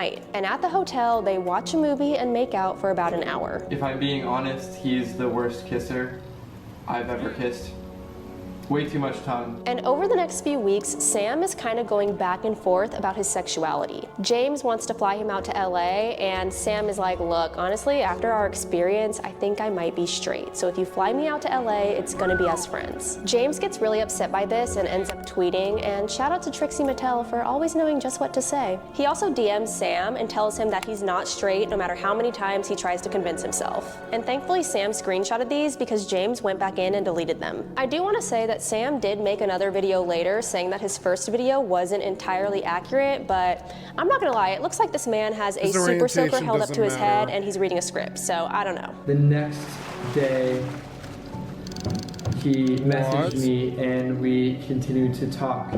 At that point, I already knew that I was not attracted to him. Anyway, let me stay focused. James is in Australia, right? And What a people weird are actually video. showing up in droves to his tour to see what the tea is. And speaking of tea, we all know whenever there was drama in the beauty community on YouTube, someone was gonna enter the frame to give his 2 cents. Enter my fellow Scorpio and pot stirrer, Jeffree Star. He gets into it on Twitter with James's little brother and calls James a predator. He also alludes to Ian moving back to New York for some insidious reason. And he says that Nathan, Jeffree's then boyfriend, has banned James Charles from ever coming to their house again. Jeffree says that he has receipts, and yes, he will be sharing them. Now at this point, everyone is on the edge of their seat. My friends and I are live texting. We're all wondering, what did James do exactly? Mind you, Jeffree Star has been on the internet for a very long time, okay? I'm talking the MySpace days, and he's gotten wrapped up in controversy and backlash countless times. But at this moment in history, he's actually in pretty good graces with the internet. Obviously, you had the people who weren't going to forgive him no matter what happened, but he'd just done a docuseries with Shane Dawson addressing all of his past dramas, talking about his childhood and what he'd gone through. like that People really series. were on his side at that point, and on top of that, he's always been a very trusted person on the internet. I feel like he's always kind of been known as one of the few honest beauty reviewers on YouTube because he's so rich that he doesn't need money from these brands in exchange for positive Yeah, so he's reviews. just So when he honest. says that he has receipts and is gonna like expose Jeffree James, Star. the internet is locked in. So to bring it all together, we got I'm sure he's Tati's got his video, we got problems, too. Jeffree's tweets, we got Sam's videos. This all is no got longer problems. about vitamins at all. We've forgotten about the vitamins completely. Now we're focused on James Charles allegedly being a predator. And as this drama gets bigger and bigger, more and more guys are coming out and saying that James Charles was sliding into their DMs to hit on them, compliment them, and try to convince them that they're not really straight. Despite all of this, James Charles heads back to the US in silence, but Tati posts another video titled Why I Did It. And fortunately, unfortunately, this video has been successfully scrubbed from the internet. I cannot find it anywhere, but the gist was that she'd made By Sister as a wake-up call to James, hadn't anticipated it getting this big, and really feels bad for him now. That being said, she stands by everything she said in the video. And honestly, this video does nothing, okay? The toothpaste can't get put back in the tube. At this point, James Charles is experiencing a full-blown cancellation that we have not seen on YouTube to this point. This is bigger than Dramageddon. It's bigger than Jeffree Star and Kat Von D. It's mainstream. And then, 8 days later, in a 41-minute video titled No More Lies, James finally speaks his truth. He's back in his usual setup with his softbox lighting, and he's here with receipts. Y'all, this video has over 57 million views. I cannot stress this enough. It was like the Princess Diana panorama interview, okay? We were locked in. Okay, so let's start with Sugar Bear hair and get that out of the way, because at this point, it is the least relevant part of the story. James Charles goes to weekend one of Coachella in his assless chaps with the guy that we talked about earlier. They had a falling out, so he was like, okay, I'm gonna go to weekend 2 and redeem this for myself. The first weekend, he had artist passes, and the second weekend, he had VIP passes. So as far as the artist passes go, you can't even buy these, and you're not in the crowds whatsoever.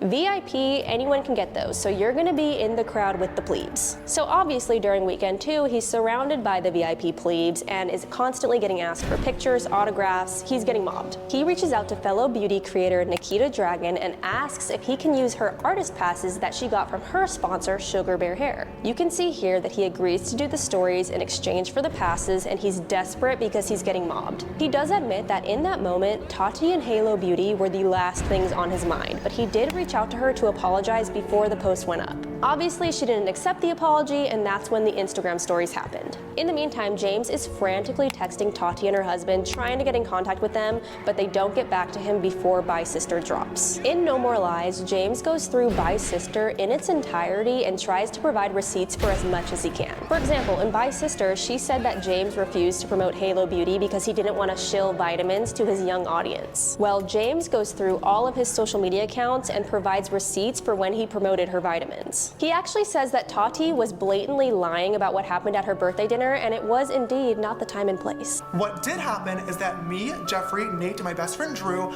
all flew to Seattle to surprise Tati for her birthday on February 14th. And the conversation of dating for me and Jeffree both came up at the dinner table, and we were talking about it for a very, very short period of time. The conversation never got inappropriate. Tati also misconstrued him saying that he could get whoever he wanted because he was a celebrity. The I'm a celebrity thing is really incredibly frustrating to me because this is an inside joke between my friends and I that Tati is also participated in, and she twisted this to be something far worse than what it is. Then we get to the waiter, Sam. So they did end up meeting at the hotel, watching a movie, and making out. James explains that over the course of the following weeks, Sam went back and forth on his sexuality so much that James genuinely didn't believe that he was straight, hence the unsent messages. James also does admit that he has a tendency to go for straight men, but before he gets into his explanation, he lets us know that he's not the only one. In order to provide a little bit more context, I would like to play a clip from Tati's friend Jeffree Star's video titled "The Truth About My Relationship." I was single for a long time, and the reason why is because I am really not attracted to anyone but what we call in this world as a straight man. He's a femboy and he likes straight men. Straight male or a normal dude. And what I mean by that is, like, you know, I am really into straight guys. That being said, regarding all the guys who said that James slid into their DMs, he admits that those are true and that But that's a problem, Jeffree. Straight guys don't like gay people for like lovers. That's a problem, Jeffree. It sucks. I have sympathy for you, but it's a problem. How many boys have you convinced to be gay? He has reached out to all of them. I don't know. Convincing straight people to be gay is fine, I suppose, but I don't know.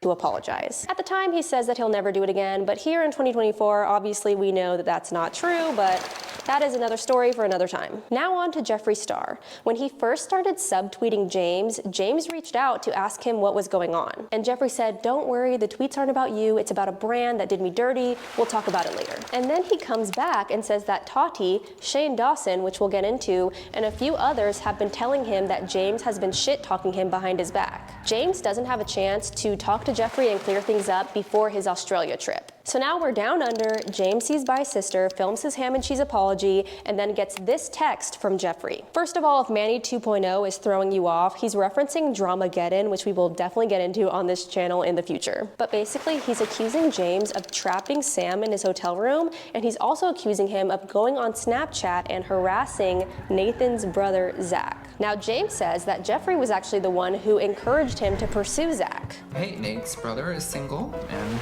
mainly straight. Right up your alley. Sounds good. And he sounds great for me.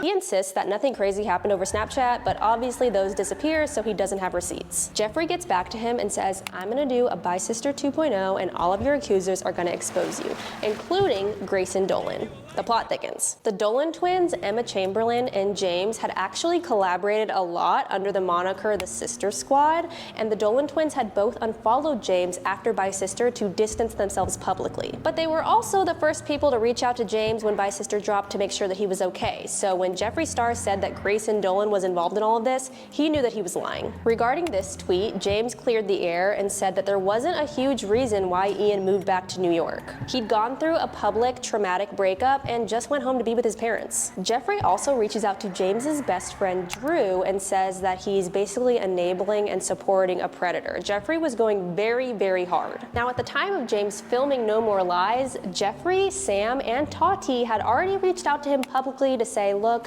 we regret how big this has gotten, let's just handle this within ourselves." But the damage was already done. James was like, "Y'all spoke out publicly against me and canceled me, and now you don't want me to speak out and defend myself? Absolutely not, I'm posting this." It had all taken such a huge toll on him already that he had to publicly just close the circle. Now, if you were still watching the Social Blade subscriber counter, you would see that James Charles actually stopped losing subscribers. It was like a switch flipped. He'd lost millions over the course of the week, and when he posted this video, he gained half of them back like that. This was all an interesting illustration of a very normal fixture in internet scandals. Whoever posted the first video would win until the public back and forth started. And then, at the end of the day, whoever had the last word would emerge victorious. The Bye Sister drama, Sistergate, Sistergeddon, Dramageddon 2, whatever you want to call it, was the first lesson for many of us about jumping to a conclusion. We, as content consumers, were so used to seeing influencer drama as black and white.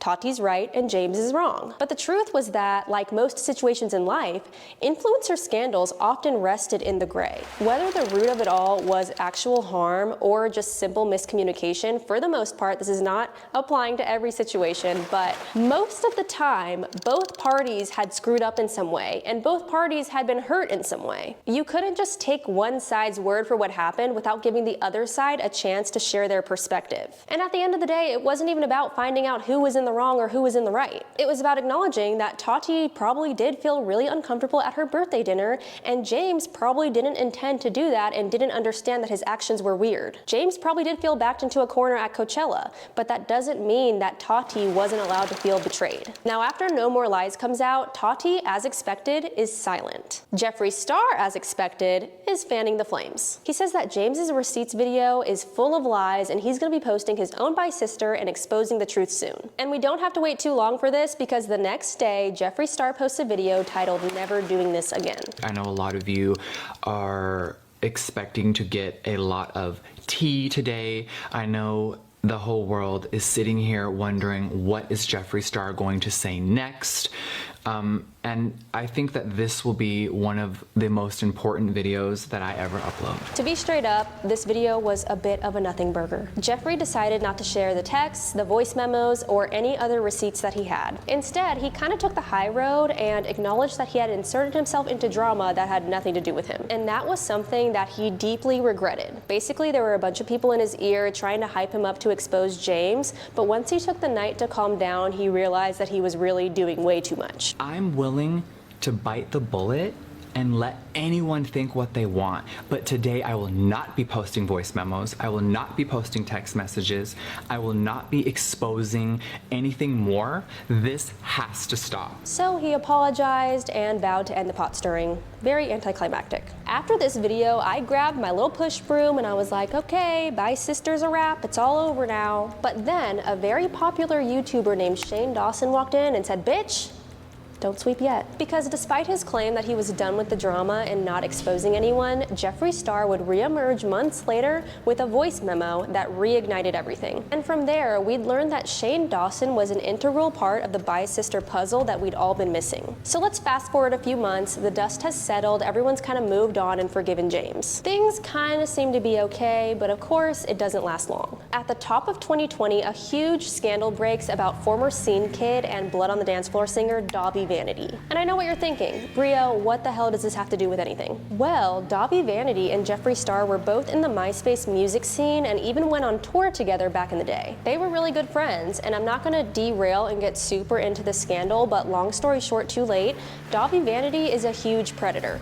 Allegedly. Allegedly, he has over 20 victims. Allegedly, the FBI is investigating him. Chris Hansen is investigating him. This is a whole thing. All of this reflected poorly on Jeffree because he went on tour with Dobby Vanity even after the first allegations surfaced back in the day. In previous years, I'm talking years and years and years ago, Jeffree Star tweeted that he had seen Dobby Vanity interacting with underage girls and bringing them back to his hotel room. But at the time, everyone was questioning why he had waited so long to come forward with this information.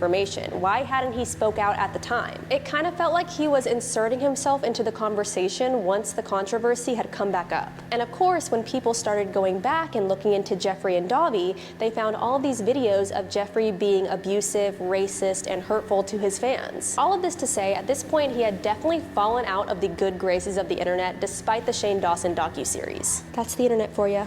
1 minute you in, and the next minute you out. Jeffree did try to explain himself in an interview he did with Chris Hansen, but what I want to talk about on here is the interview on Mom's Basement. This was FaZe Banks and Keemstar's podcast, and they had Jeffree on and asked him a ton of questions about Dobby Vanity. And somewhere along the line, the conversation moved back to James Charles. They brought up his tweets about James and threw him a hardball. Is James Charles a danger to society? Is he a predator?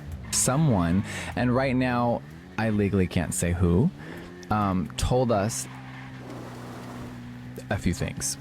And we trusted that person's opinion. And then another person said some things that was friends with that man. And it really convinced us that he was a predator. Obviously, he's being really vague here, but he did offer to share some evidence with them off the air. If you want, we can pause and I can go in another room and play Banks what I have on my phone, and he can determine if he would have sent the same tweet. Remember, Jeffrey had threatened James that he had a voice memo from an alleged victim, so obviously this was the evidence that he was trying to share. We get confirmation that the Mom's Basement guys weren't the only ones who were offered this voice memo when Blair White posts her own version of Bye Sister titled, "Bye Jeffree Star, You're a Monster." He then provided me with receipts of a voice memo from a YouTuber who was allegedly by James Charles, and it's credible. Dramageddon is such a deep rabbit hole. This video on its own is 18 minutes long. But for the purposes of this video, Blair White had accused Jeffrey of not actually having real evidence against James Charles, and Jeffrey was like, okay, you don't believe me? Let me show you this voice memo, and he played it for her. So the voice memo was never shared publicly. None of us have ever heard it, but we do have confirmation that Jeffrey was sharing it behind the scenes with people, and they did find it credible. And the timing of all of this just so happened to coincide with the Dobby Vanity scandal. Now, while all of this is happening, another influencer named Cameron Lester gets on Instagram Live and accuses Jeffrey of being a shitty friend. But he also says that he overheard a FaceTime between Shane and Jeffrey where they were basically ripping James Charles to shreds. I remember Shane Dawson called and he was going off about James Charles and something and telling just cursing James out, and I was just kind of taken back because I've never seen Shane Dawson like that, and he was just going in on James. And I was like, oh, is there there's something brewing, there's something going on with James and Shane and Jeffrey. It was this Instagram Live that unearthed the possibility that Shane Dawson had been involved with Bye Sister from the jump. Keep in mind, we're now in 2024 where Shane Dawson has been canceled and exposed about 50 times over, but back in 2020, I'm telling you, he was still in the good graces of the internet. He was seen as someone who had fucked up in the past, but repented, and everyone accepted it and moved on. Everyone loved him. In fact, it was— What's the nastiest thing? What's the nastiest rumor about Shane Dawson? There's blackface, there's the M-words, there's the come on a cat thing, but I think that's about it. All of that stuff is not stuff that would, well, the come on the cat thing, if you get caught doing it, would probably put you in jail for some years. But other than that, there's not but I don't believe they did that to him, so how do we even prove that that's real? And I don't know, when you think about it, it's in terms of things to cancel somebody over, that's, I don't know, unless there was rape victims, did Shane Dawson actually rape somebody?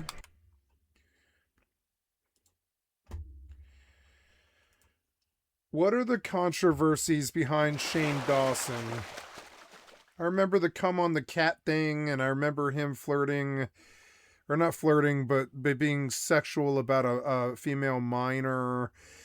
But what else is there?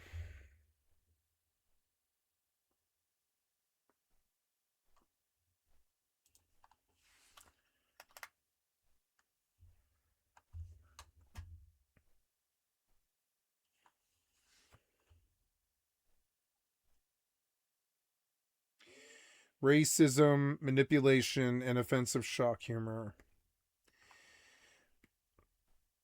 Willow Smith.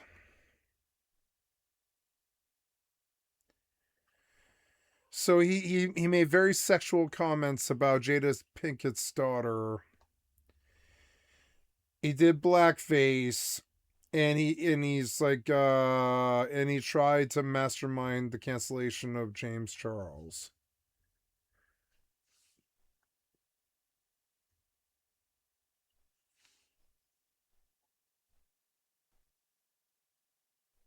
He deleted over 1 billion views worth of content from his channels to scrub his history.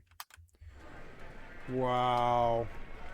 So yeah, he would say or do anything to be famous back then. But I mean, he never did any time in jail. Can you cancel somebody who doesn't even do jail time? That's my question. It took me a while to be able to verbalize it. Can you cancel somebody who doesn't even do jail time? The world doesn't want them in jail for whatever they did. I'm not sure they should lose their job if they don't want them in jail even. Well, I mean, there's a level of extent you can probably cancel somebody. Maybe you're a scummy used car salesman that rips off old ladies for cars, and you get exposed. That's still not that's way worse than something that Or maybe you take, let's say you specialize in, maybe you're a bounty hunter. You put people in jail for a really long time. That's not a bad thing to do, but it's just sort of crazy. It's like, but you still don't go to jail for it. You know, you don't go to jail for it. Sorry, kitty. I didn't mean to put my finger in your mouth. You okay? Hey, you don't go to jail for that. So it's sort of like, I don't know, cancellation and jail for me should be the same thing. Wait, now how did I get $20,000? I'm gonna stand up here. Horse 4 can see them all. He is last. Horse 5 holding on to third. Number 1 is fourth.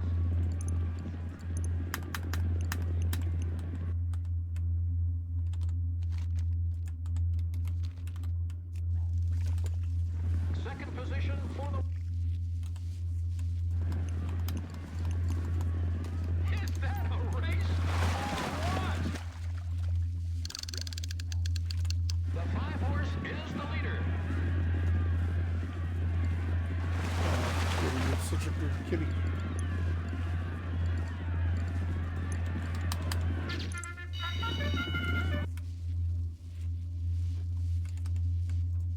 Was his YouTube channel where canceled YouTubers would go for their redemption arc. So this was a huge revelation. We kind of got confirmation that Shane Dawson had a motive to be in. It's weird because all of these streamers, except for Jeffrey, and I would say James Charles was also special. They were like the gay men who stood out because they were like gay and proud and festive. And they stood out, but everybody else in this scene was catty and kind of manipulative, and I've watched so many videos about it because of my ex-girlfriend and stuff. And like, it's weird because I wouldn't say their whole crew is normies because they're all like these fashion moguls and stuff. They got very famous and they are cultural elite. But I've seen their lives. Their lives are kind of normie. They have like nice apartments. They go to Starbucks every morning. Ryland, I think Shane eventually married Ryland, I think, or something like that. And Ryland had him moved to like Golden, Colorado, where I come from, which doesn't surprise me at all. And I know they've got like some fucking normie house up there, probably like a McMansion. And I've seen their lives and I've seen what they do, and they strike me as normies. Like honestly, I'm sort of surprised they were ever famous in the first fucking place. It's not surprising to me that Jeffrey and Toddy and James Charles were famous, but I'm sort of surprised that Shane Dawson and Ryland and his whole crew and a lot of other people that weren't particularly, I mean, they had good personalities and they're good YouTube content creators. I'm not trying to say in Sister Geddon. We didn't know exactly how he'd been involved, but like, for instance, when Shane Dawson did his conspiracy stuff, I expected it to be good, but it wasn't. It was the sort of slop that you would read off of like Reddit. It really wasn't the sort of stuff that you see on YouTube that's good lately. Like for instance, we're about to watch a video from Nor Jasmine, and that's way better conspiracy stuff that's ever been.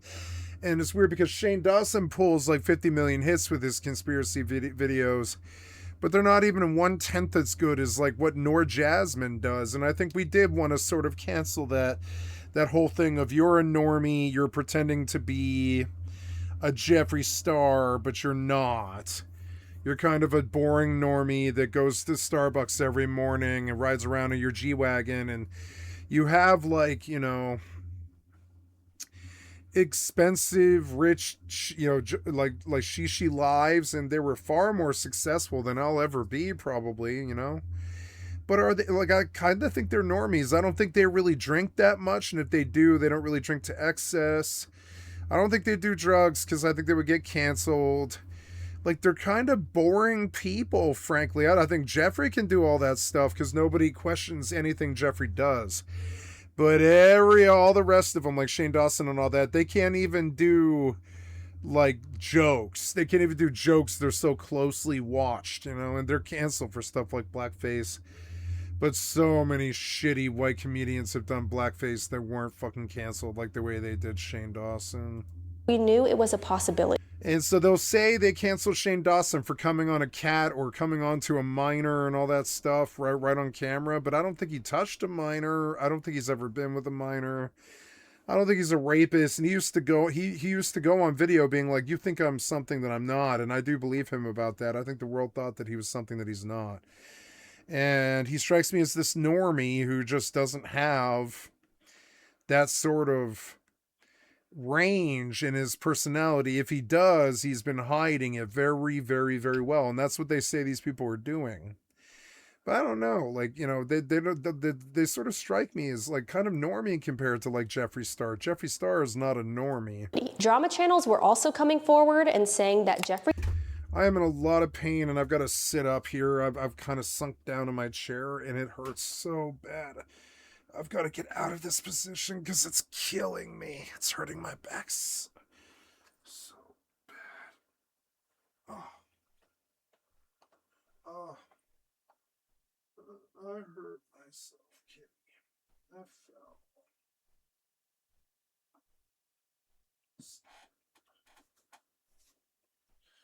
All these fucking pillows, and they end up kind of being in the way, sort of. I need them because it's way worse without them. My body is so sore. It's terrible. Oh.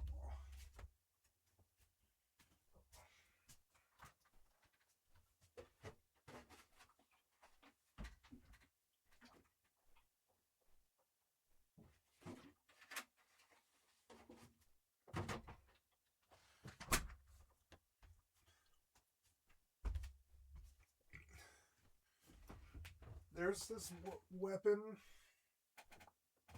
I've got to sit up. Yeah, I've got to sit up. Part of it is I'm sitting back the wrong way. Sorry. Sorry, it's so painful. I need some hashish. I think, where did my pen go? My pills are wearing off and I know it. I need to use more pills. My pen disconnected from my cord, which is so annoying. There we go. You can tell that I'm hurt. I'm like under the weather. Complaining about everything and everything hurts. It's so annoying. What was I gonna say? I don't know. It's possible once you start really putting things together. The tools are already...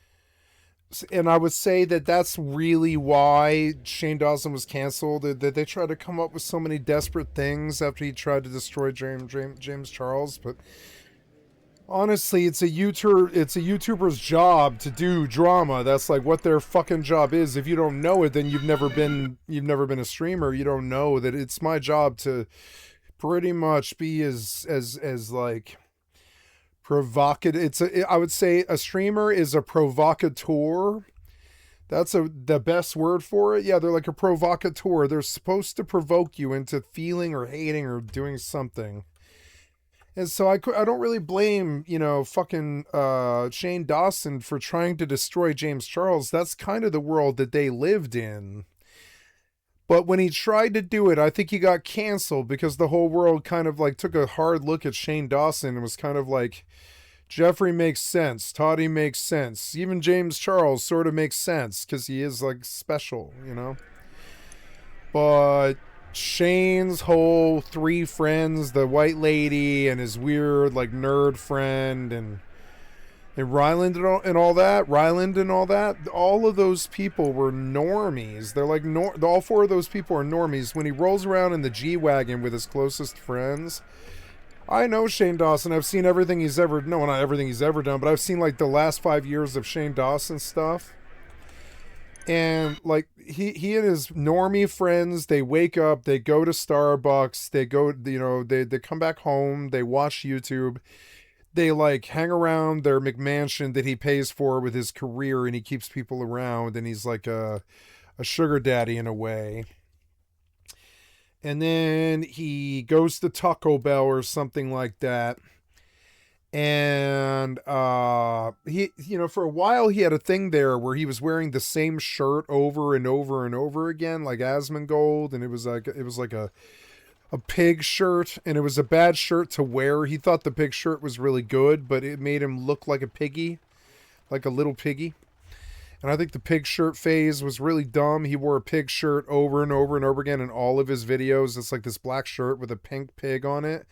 It's some kind of inner joke in their scene or something, but I don't think it was a good look for him. And on top of it, it just makes him look more normie. Like, I've never seen a normie picture of James Charles or Jeffree Star or Toddy Westbrook or any of these people. Who's the other lady? I forget her name. There's another lady all involved with this, but I can't think of her name either. And none of those people are normies. They don't have normie lives. They've got crazy mansions that are real. They've got crazy, like, fashion mogul empires that have nothing to do with their YouTube presence whatsoever. There's like 3 or 4 of them like that. Those people are not normies, and they are fashion moguls and should definitely be revered and loved by the fashion scene. This is not true of Shane Dawson. They brought Shane Dawson along for the ride. Then he tried to destroy James, but I mean, James was on the front line, unlike Shane. Shane was on the front line of racism and racy jokes and shit that weren't that good for the time. James Charles actually was like a fucking gay fashion mogul type. I think Shane Dawson just was a poser. And while that's incredibly cool to say, I have good radar for poser, and it would have been very hard for me to be like. There's elements of Shane Dawson that I think are very real. There's a real person there, and I really like his personality. But when it comes to his career, his jobs, his conspiracy videos, his makeup palettes but the man doesn't wear makeup. They made him like a makeup mogul for some reason. They gave him palettes and stuff. But the man doesn't wear makeup, and that's an example of how they just brought his ass along. They brought his ass along. Now, James Charles and Jeffree, they wear makeup and stuff, and they do, they were not like pretenders. But I would say in some ways but Shane wasn't a pretender at all. Shane had his inner interests. People really like Shane, and I like Shane, if he didn't rape anybody or anything like that. But now, like, you know, I get worried that, like, kind of that they're not canceling him because he made a joke about coming on a cat. I think they cancel him because he's actually a normie compared to all the freaks that they actually really enjoy. Like, whatever you say about Jeffree Star, when you look at him, I would say the first word that pops, and he would probably say this is incredibly hurtful. I don't mean it to hurt his feelings. I think it's a compliment. I like freaks, you know, I like freaks that are like self-assured and have that swagger and stuff. I like freaks that are freaks of nature that really aren't normal. I actually like them a lot more than normal people, and I relate to them, and I'm one of them. And like Jeffree was the real thing with that. He definitely is. He's like a born freak of nature, and it's a marvel to even watch him when he does content and stuff. So you know, and I don't think you could ever would need to dial up Jeffree's content to be acceptable or to appeal to a different demographic or something like that. But they constantly did that for Shane. They brought him to the makeup scene. They brought him to the gay scene or whatever it is. They brought him to like confession videos and conspiracy videos. And I would say almost all of that stuff, while entertaining, I mean, I do believe he does deserve like the 100 million subs that he got on YouTube or whatever the hell it is. But he was kind of normie compared to all of the rest of the people in his scene. His friends were more normie than him. And my ex-girlfriend would watch them like religiously. Every day there'd be a new Shane Dawson video, and she would watch like religiously. We watched him like all year because they were just putting out new shit like every day, and they were like on top of it. They were good. But something that I noticed is Shane Dawson was far more normie. At first, he was like the only part of that whole circle that I thought I could relate to, because he was like the only one that seemed like he had like a genuine soul. All the rest of them looked like they had kind of donned the mask many years ago and were kind of like, you know, displaying that as opposed to their real selves. He didn't have that going on. He didn't have the masquerade or the mask going like Shane Dawson. He definitely was himself, unlike a lot of those people. Almost all of them were like putting on an act or an air or something. So the genuine class that Shane Dawson did show when he wasn't being accused of like, you know, coming on to a minor and shit like that, it did show. So he was kind of a freak of nature in that respect. He was this interesting, nice guy that had this like sunny personality, which is rare in the entertainment industry. Usually they're fucking bitchy. They're like bitchy and mean kind of. And so that normie thing that he balances between being like a conspiracy theorist guy and having pulled like 100 million hits in the conspiracy theory scene, even though his conspiracy theories suck. He has 100 million hits in the makeup scene, even though he doesn't wear makeup and all that stuff. And that normie stuff, I think, was kind of what got him canceled. I guarantee it. They want to say it's something he did, but I think they're just looking for a reason to not break his heart and put him in the grave after they used him for like 10 years and stuff. They don't want to say they didn't like him. They want to say he fucked up, but they did cancel him. And I think this is because he doesn't carry, he doesn't carry freak, he doesn't hold freak, he does not hold, his vessel does not hold freak water the way Jeffrey and James and Tati do. They pull like big freak numbers. He was never like that. He was very pointedly about appearing a bit more normal and a bit more approachable. And that's why my ex-girlfriend liked him so much. He did appear approachable, like even on the street. Like they would be driving their G-Wagon to the fucking Starbucks, which is something he does like almost every day. And on the way, you hear them like yelling and laughing at fans as they're like, Shane, Shane. You hear them yelling it out the window and stuff at these people that recognize them on the freeway. They're like, Shane Dawson, I love you. And he's like, hi. And that stuff is real. It's not like he fucking plots that stuff. I saw that happen to him like 50 times or something. And he is a star amongst the people in places that you wouldn't even think, like the fucking freeway. He can't drive down the freeway without like people drawing up next to him and trying to take selfies of him and shit like this, which is fucking crazy. He is a superstar. But I don't think he's a conspiracy theorist guy, and I don't think he's a makeup guy, and I don't think he's a comedian, and I don't think he's a filmmaker. He's just a content creator. That's a lot of it's not being a poser. It's just and it's not being a pretender. It's just sort of like when it comes down to it, with the audience, they're like the gladiator audience. They're there for blood. And they and the longer they sit at the Coliseum, the more blood they want. So like the longer you carry a crowd for, you know, if you carry a crowd like Shane Dawson for fucking 15 years or something, they will fucking cancel you. And it's like a fucking given. It's like a given now. They will cancel you and you will fall from grace. It's happening to Leo DiCaprio. It's happening to Jay-Z and Beyonce for good reason too. It's happening to, P. Diddy and stuff. Like we come and we cancel. But I mean, the public, they've been sitting in that streamer's Coliseum for like 5, 10, 15 years or something like that. And they just sort of been hoping for something interesting to happen for a long time. And to them, that means getting canceled. That's the world that Shane lives in. Like, he could wake up at any given day and his career could be gone instantly at the whim of the bloody college. And I think I can relate to this, having been swatted and stuff and being a streamer this long now, like 3-4 years. Like, I know that my audience is like a bloodthirsty gladiator, gladiator arena. That and if you can put butts in the seats, you'll have to understand that sooner or later you're going to have to put blood soda in the cup holders so they can drink blood. And that means destroying other people, destroying yourself, letting stuff leak, letting them understand who you are, that kind of thing. My back is so bad. I'm gonna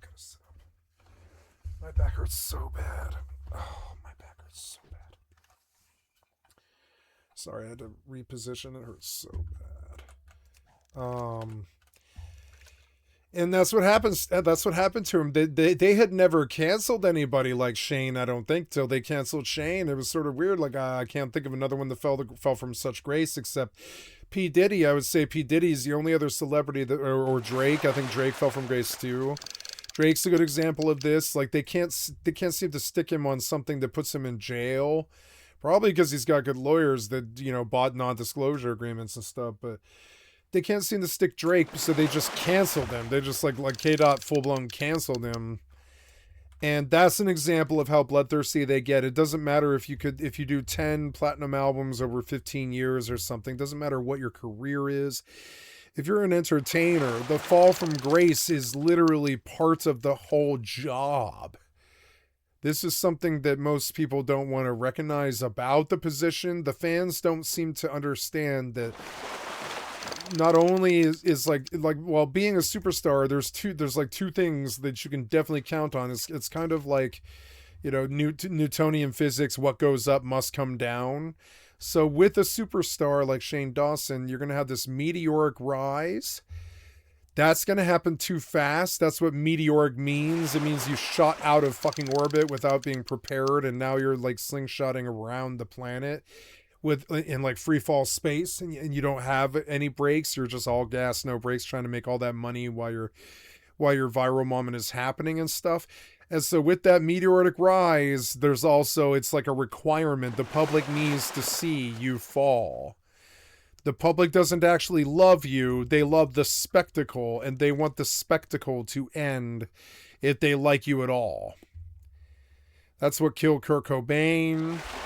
That's what fame is. It's one of the reasons why I don't listen to my chat. I mean, I send messages to them when they sub me and stuff like this. And I love you guys. Thank you so much. And I thank you from the bottom of my heart as I'm fishing in a midnight zone, because you guys bought me Midnight like long before it even came out. And, you know, so I'm here fishing, trying to show you like that I love you and that I'm trying to take your investment and use it. And I don't want that meteoric rise like Shane Dawson, and I don't want that fucking you know, meteoric fall either. These people, they live for it. They know they're not dumb. They know that all the world's a stage like Shakespeare, and it would be boring if somebody didn't fall constantly. And that's the thing about humanity and making people famous. They want you to fall. They want you to fall somewhere around 3/4 of the way through your like 25-year career. They want you to fucking fall. That's, I mean, it's just, it sucks. And if you can accept that, you can probably be famous if you have like a personality that other people would like. But if you can't handle this idea that you will most likely lose it all in the end. Like, there's videos on YouTube right now. I can show you an excellent example of this, right? Why all celebrities lose their money. And I haven't watched this video yet, but it's an excellent example. Like, yeah, and then even on the thumbnail it says, yes, even them, right? Why all celebrities lose their money. Right? Every celebrity has a downfall. Every celebrity has, yes, here's why every single artist goes broke. Yes, all of them, right? We haven't watched this yet, but I do want to watch it, I think. You ever see an artist with a platinum record? Yeah, and that's not good. That's not good for the artist. Oh my God, I couldn't stand fucking this guy. He was on Tracy something or another. Is it Tracy? Oh God, Tracy something or another. I can't remember this guy. He's from 30 Rock. I hated this guy. Not because he's not funny, not because they didn't give him good lines. Tracy Morgan, it's that he just was not talented enough to be opposite all of these other wonderful actors. He was not as talented as Tina Fey. He was not as talented as Jack McBrayer. He was definitely not as talented as Jane Krakowski. None of them were. He definitely was not as talented as Alec Baldwin or Keith Powell or Kevin Brown or Scott Adsit or Grizz Chapman. Even Grizz was better than him. This guy, he was an industry plant, and he absolutely, like, he stands out. He really does. Now, one of the problems with this is look at the colors of the skin. And you begin to think, but I mean, when you look at the sheer amount of different races in the cast, I don't think that's a factor here. But one of the problems is if you target Tracy Morgan in this lineup, I'm fairly sure Tracy Morgan is going to say that you're racist. He's going to be like, look at this lineup. You just picked the only black man, huh?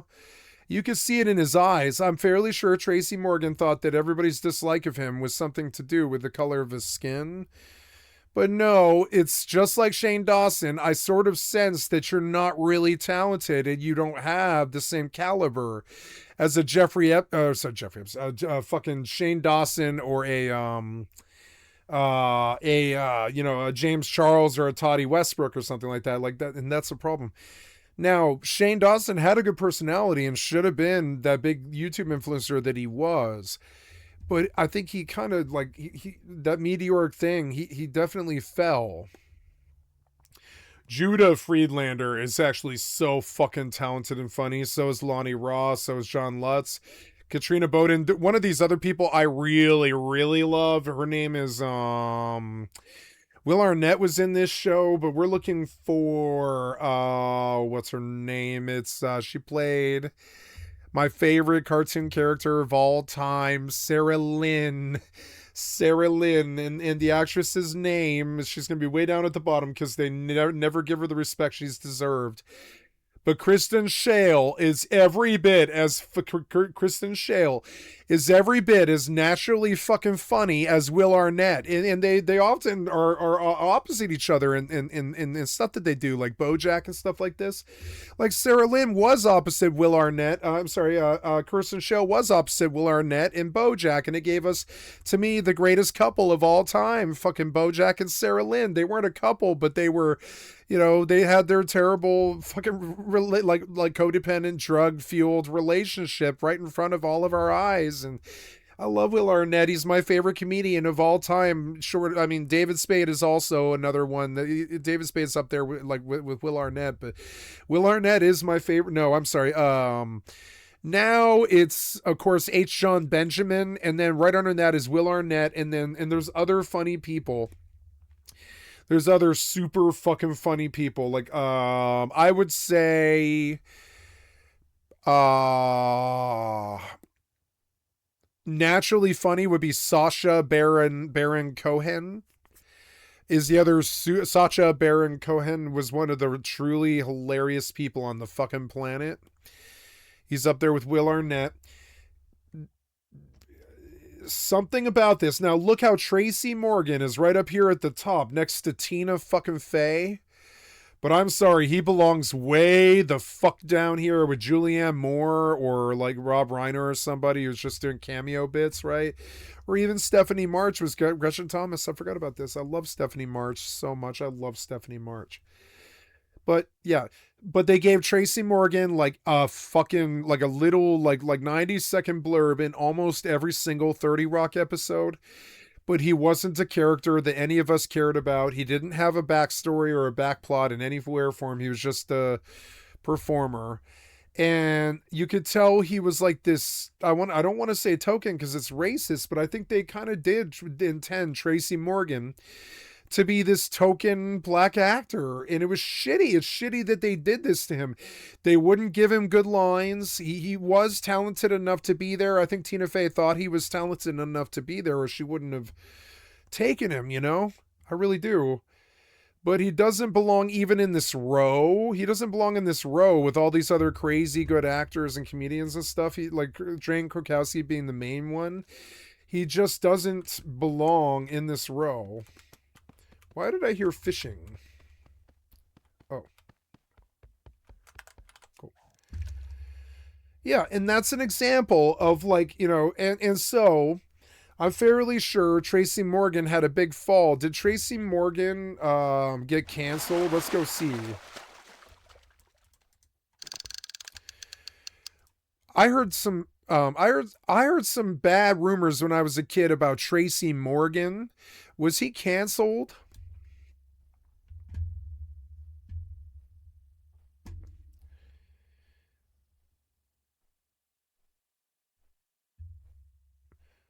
He's had significant public backlash and health crises, but as of 2026, he is not canceled and remains highly active in the entertainment. Yeah, Morgan faced a major career crisis after a stand-up performance in Nashville where he made violent homophobic remarks, including a joke about stabbing his son if he were gay. He issued a sincere apology and met with LGBTQ advocates and GLAAD families and affected by hate crimes to make amends. He didn't want them to cancel him or for that, but he pushed that whole anti-gay, black, like gangster thing way too hard. He has been criticized for jokes targeting the disabled, women, and various public figures, but I mean that's what comedians do. Which Eminem has done all of that too. Like Eminem has done this way worse, and they never canceled him. I think part of this is that he was black, and I think they did cancel him sort of because he was black. It's insane. He had a near fatal accident in 2014. A Walmart truck struck Morgan's limo on the New Jersey Turnpike, leaving him in a coma with a traumatic brain injury and killing his friend James McNair. This event led to a long recovery and a temporary hiatus from the spotlight, so he bombed out of 30 Rock because he had a limo accident. And that seems like the sort of putsy thing that I think would happen to Tracy Morgan. The man's a goddamn putz. He had no business being on 30 Rock, and I feel like this is God getting him off the show, basically. It's crazy, but I mean, he had no business being on 30 Rock. I really feel a lot of people probably told him this in his career. Like, you had no business being on 30 Rock. He was not. Like, every single comedian on 30 Rock has been on SNL or probably written for SNL or are part of the SNL crowd currently, like Tina Fey. Or best friends with Lorne Michaels like Tina Fey. He was not like that. Nobody had ever heard of Tracy Morgan before he was on 30 Rock. Nobody's heard of him since. He was an industry fucking plant, and we're kind of sick of that. And Tracy Morgan is an example of artists going broke and all this stuff. Yeah. A Lambo in the background and think, damn, they must be rich.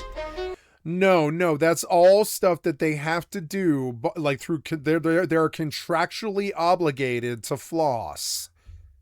The more you hang out with the billionaire set too, the more you're like contractually obligated to do it. You're like contractually obligated by agents and managers to show up 15 minutes fashionably late to the fucking restaurant on cocaine and have a champagne bender with some other celebrity and shit like this. You're like contractually obligated to do it. They want you creating waves and fuel for their fucking, like, their celebrity, like, machine. You're just a cog in their fucking machine. So if they think you're going to be famous and rich, then you'll be famous and rich. They have the power to wave that magic wand. They're very good at that. They did that for Tracy Morgan, and I resented it because when you look at the cast of fucking 30 Rock, this is a lot of really serious comedians. Do you see it? All of them are really serious comedians who built their whole fucking life on like making it out of nothing. Like these people, all of them, they made it out of nothing. They built their careers out of nothing. Rip Torn, Will Arnett, all of these people, Christina Milioti and Teddy Kaluka, James Marsden, shit like this. These people brute forced their careers. They weren't famous before they just sort of ended up being cult to personality and stuff like this. And like, you know, and I'm sorry, but fucking Tracy Morgan should not be fucking like placed above in this cast. I would have rather have seen Selma Hayek, frankly. I don't know. Carrie Fisher was in this show. I love Carrie Fisher, Stephanie March, and all this. There's so many wonderful people in this cast, but not Tracy Morgan. And I'm sorry, but industry plants, we did them way too much for like 50 years. We can't do that anymore. Like Tracy Morgan was dead weight on 30 Rock. He couldn't even pronounce the lines. Like we would be like trolling him when he came on the screen because he'd be like, "Hi guys," and he would talk this weird stilted English. Because you could tell he was like caught up in the gangster life and shit, or whatever his thing is. And so when he spoke, it was like somebody reading from lines who had never acted before, because he was taken completely out of his comfort level and forced to talk like white people for a white comedian show. And that just wasn't who he was. And they brought him on to be himself, and he did that well, I would say. I liked his appearance and the way he handled himself on the show quite a lot. I actually don't regret that he was in the show. I'm saying that he didn't belong there. You know, when he was given time, he did use the time. He was not a dead weight. but he was not the caliber, you know, and this, I was obsessed with this for years. I was like, why is Tracy Morgan a fucking star? They made fun of this on The Simpsons when they did the Freemasons song. They're like, who makes Steve Guttenberg a star? We do. We do. And that's a whole thing about fucking industry plants and nobody understands. And Tracy Morgan was one of them. Yeah, nah. No, fuck Tracy Morgan, yo. Shit is a rap. All of your, And he would not like me saying that. I know he wouldn't. I know his personality and the kind of shit that he proposes to be or whatever. He would not like me saying that. But I mean, when you look at the rest of the comedians in this list, Tracy Morgan is not a comedian, even. The man is not a comedian. I don't care if he did stand up. That man is not funny. I don't care. He's not funny.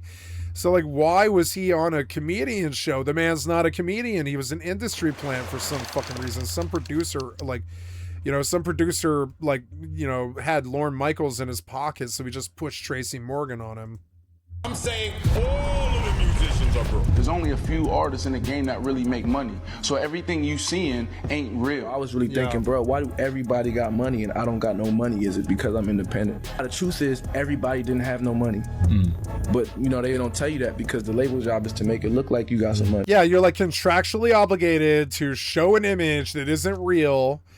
They rent that plane, they rent that car, they rent that jewelry and shit like that. They'll buy you a chain, but that's your actual pay for the job itself. Like 2 Chainz's chains, they're real, but I mean, that's his record. Those chains that he wears, those are his perks for signing record deals. You know, that's like what they give him in lieu of like big, large sums of money.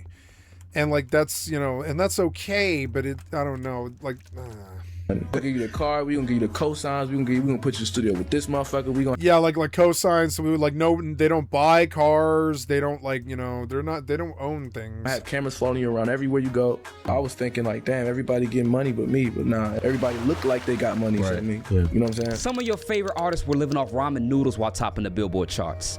And not just one-hit wonders. I'm talking about legends, Grammy winners, icons. Yeah, TLC, they're not rich. Like they talk about this in show business. Like what show business actually is flying somewhere in the morning after waking up, learning your lines, showing up, going on camera, making sure you're ready to actually do the performance or whatever, doing a performance if you happen to be filming at that time or whatever. Otherwise, you're touring if you're a musician, and that's every fucking day. Every day. There's no spending money, there's no going places or buying things. You could have a drug addiction probably, but like, yeah, they control everything that you do. Dead broke. In this video, we're diving into the brokest artists in the music industry. Some lost it all from bad deals, and others just made terrible decisions. But the ending is always the same. Broken dreams, empty wallets, and sometimes FBI raids. Let's get into it. You know, I really respect Chamillionaire, and everybody thought he was a one-hit wonder and stuff, but I actually think Chamillionaire is a fucking really genuinely super good rapper. Like, I love Chamillionaire's 4-track album, Elevate. I think that's one of the most classic rap albums of all time. That's a 4-track rap album, but every single fucking song is a fucking banger. That song, Ridin' Dirty, was a banger, and in Chamillionaire, he wasn't playing. I think he was like half street, half rapper, and I'm fairly sure he did make his money, and he was one of them that wasn't like that. He was like Fitty, he made his money. Before they went broke, TLC went broke. You know, I know T-Paws got leukemia right in the middle of their platinum fucking push, and then Lisa Left Eye Lopez, that's this girl, she died in a motorcycle accident, and I think Chili's still with us. I'm fairly sure that T-Boz, the lead singer, is still with us. I don't think she's died. Timon T-Boz Watkins, and I love these ladies. These are like my favorite fucking hip-hop artists of all time. I love these ladies. They changed the world, and they should have been so mega rich. TLC was untouchable. The trio, Lisa Left Eye Lopez, Tion T-Boz Watkins. No, God went after them, like a motorcycle crash and leukemia. God went after TLC for some reason, which is weird because they were the most heavenly thing on the radio. They were almost the most Christian on the radio too. Their music could be played as gospel. It was that clean and, you know, I mean, it wasn't clean, but it was definitely, there was no cursing, and it was the sort of music you could play at a Sunday morning church. And but something happened. I don't know what, like God or somebody got pissed at them and just struck them down in their prime.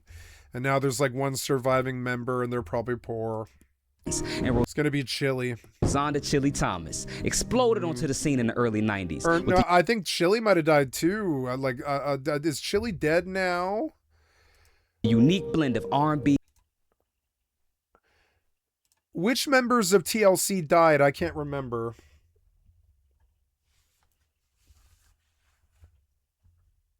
It's Lisa. Lisa died.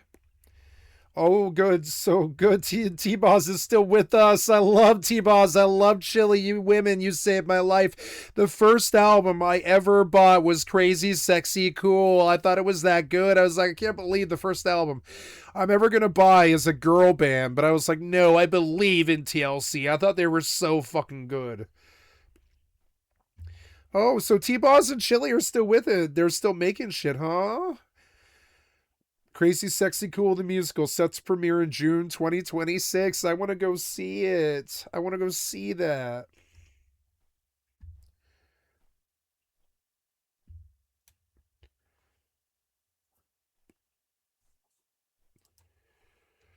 Lisa Left Eye Lopez, I think she died in a drunken motorcycle accident, I think. Like they said, cocaine.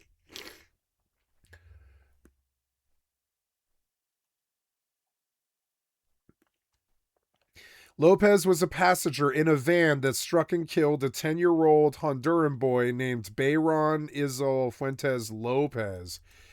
Lopez was reportedly deeply shaken by the fact that the boy shared her last name. He has some kind of sign.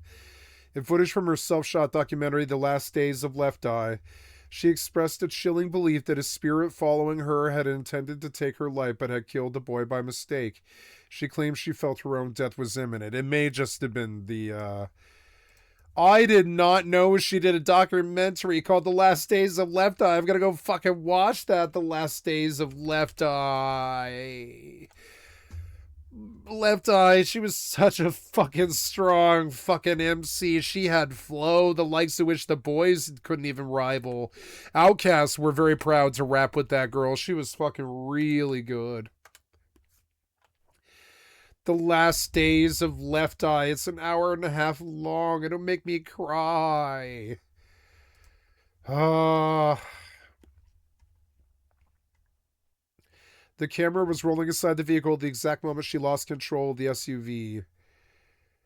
This death footage was eventually included in the VH1 documentary released in 2007, which some fans found exploitative, while others saw it as a raw tribute to her final journey.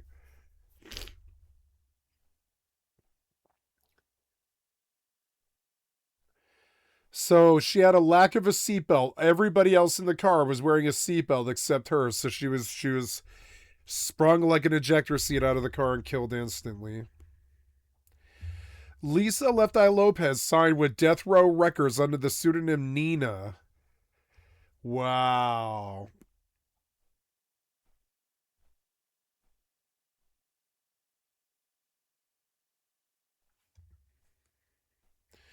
Her autopsy photos were leaked, and Dale Earnhardt Jr. used the black stripe on his car to draw attention to the privacy violation. Similar to what he had faced after his own father's death, he was like, "You sicken me, you piece of shit media." Yeah. Lisa Left Eye. I've got to watch The Last Days of Left Eye. I didn't know this was a thing. This is a VH1 filmmaker chronicle, which I probably can't watch on my stream. I'll have to watch it tonight when I go to bed. It's not something I can watch on stream probably. It's like a VH1 show. Hip hop and pop. Their debut album, Ooh, on the TA. Ooh, Ooh, on the TLC tip, yep. TLC tip, set the stage. I loved that album. What about your friends? Will they stand their ground? Will they be around? Oh yeah. What about your friends? Are they gonna stand their ground? Are they gonna be around? Or will they turn their backs on you? It was crazy, sexy, cool that turned him in. Yeah. It had a lot of filler. This album actually did have, it was a very excellent example of a hip hop album with a lot of filler. It had like an intro that was filler. It had like an outro that was filler. There were several joke tracks where they were just like cracking jokes and stuff. There was like 3 collabs but there was about 12 or so solid ass tracks on the album that were fucking amazing. Creep, Waterfalls, Case of the Fake People, If I Was Your Girlfriend,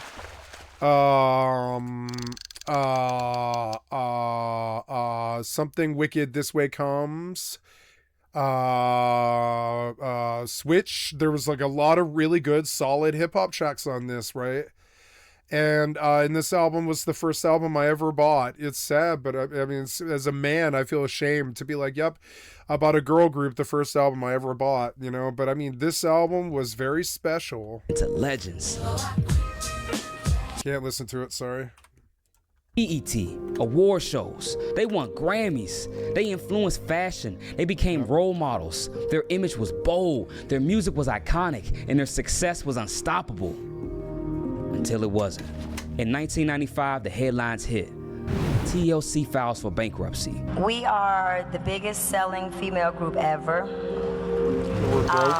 10 million albums worldwide. We have worked very hard. We have been in this business for 5 years. And we are broke as they're not happy about this. broke can be. And we're broke as broke can be, as in like, yeah, they're wearing these expensive ass clothes that are like loaned to them by Versace. It's not like they own these clothes. It's like at the end of the night, they take the costume off. It goes back on the hanger and back to Versace, and they don't have Versace. They don't have any money. They were taken advantage of by the fucking shitty ass motherfucking music industry. we're not like... This is why I hate Clear Channel. I hate the industry. They're a bunch of punks. Tech Nine can cut 15 platinum albums. They'll never put him on the fucking radio. I mean, he did. He cut like 5 or 10 platinum albums. They never put his ass on the radio because he's just too hard for normal top 40 rotation. He's always been. He's harder than Eminem. He's always been, and they just won't play him. He's got that cult ICP thing that they're intimidated by, and they're scared of the technicians. The FBI probably wants to classify them as a gang and shit, and this has terrible deleterious effects on Tech Nine's career. He's written several songs about it, like The Industry's a Bunch of Punks on Absolute Power, or Red Nose, right? Red Nose is the craziest song that he did about this, and I can rap this song. It's like, if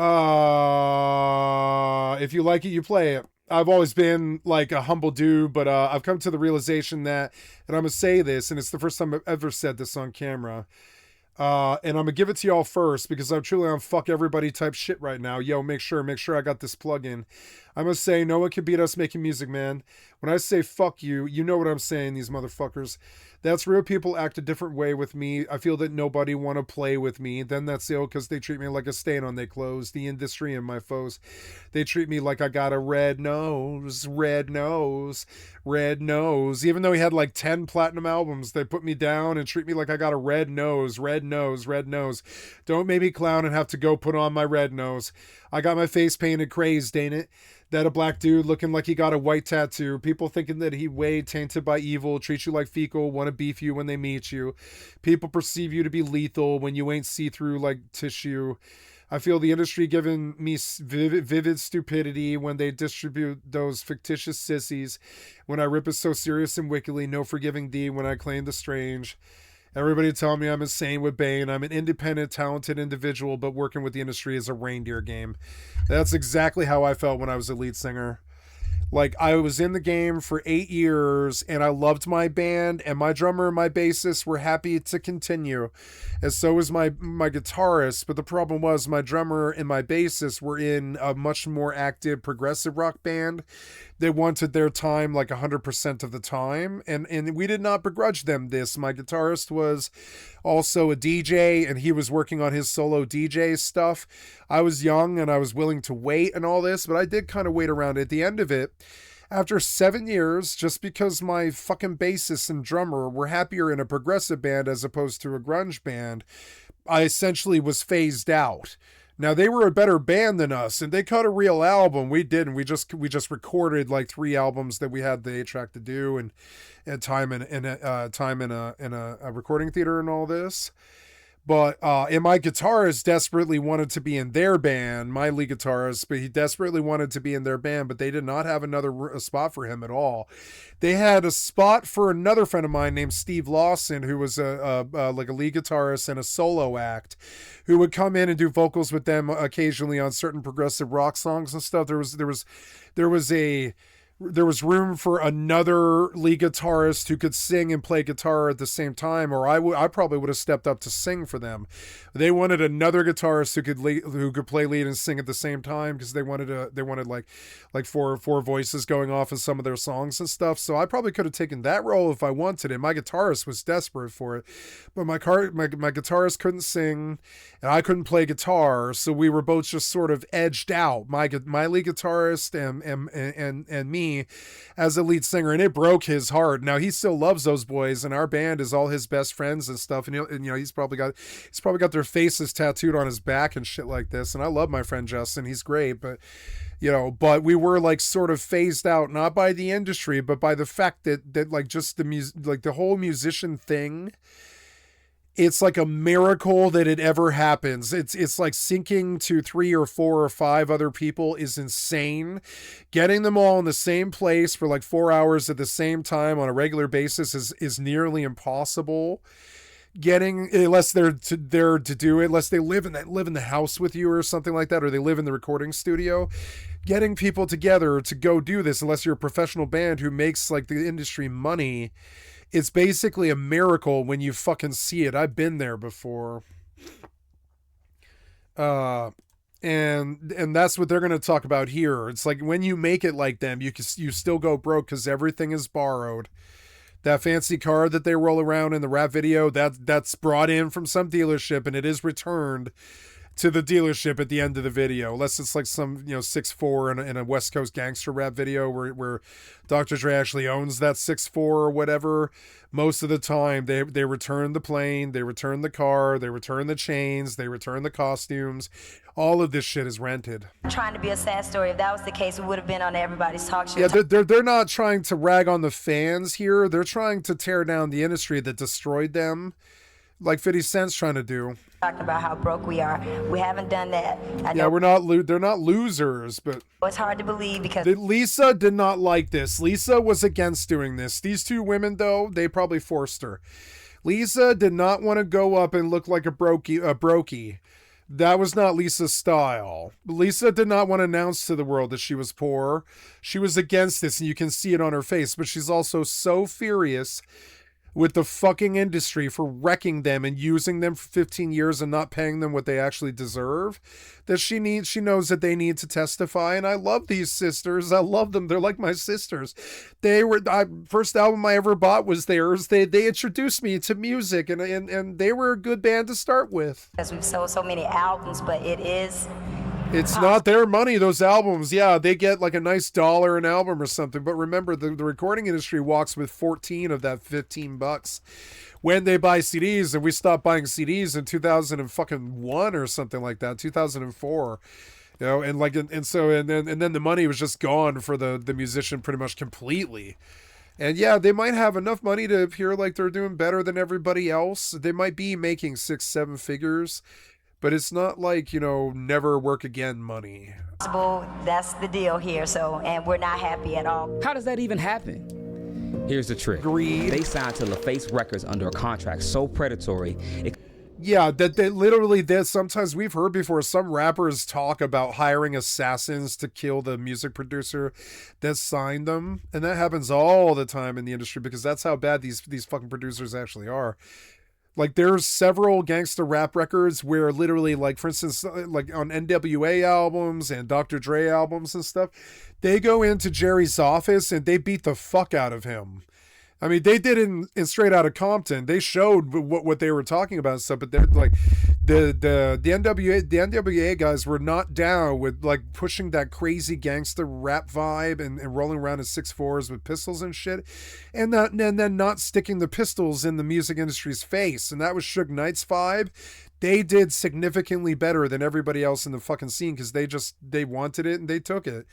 You have to take it from the industry. You have to make your own fucking label like Death Row Records or Aftermath, and you have to produce your own shit if you want $1 at all in this industry. And that's one of the things that I knew was like a truism that I wasn't going to get around. I was like, poor people can't sit around and make music all of their lives. That's going to wreck their lives. He could have been drafted by a Bond villain. It's better to work a crappy dead-end Taco Bell job your whole fucking life and still have income and have a house and do something on the side, maybe learn to play guitar really well or something like that, and just have hobbies and stuff. It's actually better for your life than to try and be a gamer full-time, to try and be a musician full-time, to try and be a fucking singer or a fucking artist or like, you know, whatever it is full-time. It's almost always better to live a crappy fucking wage slave life and then use your free time on the Sundays and shit like that to paint than it is to just try and go gung-ho 100% into fucking being an artist. It's not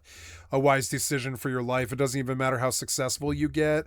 You become somebody else's tool pretty much. You either don't get rewarded for the hard work that you do as you learn your craft, or if you are that lightning in a bottle that they wish to monetize with, they tell you what to do the entire way.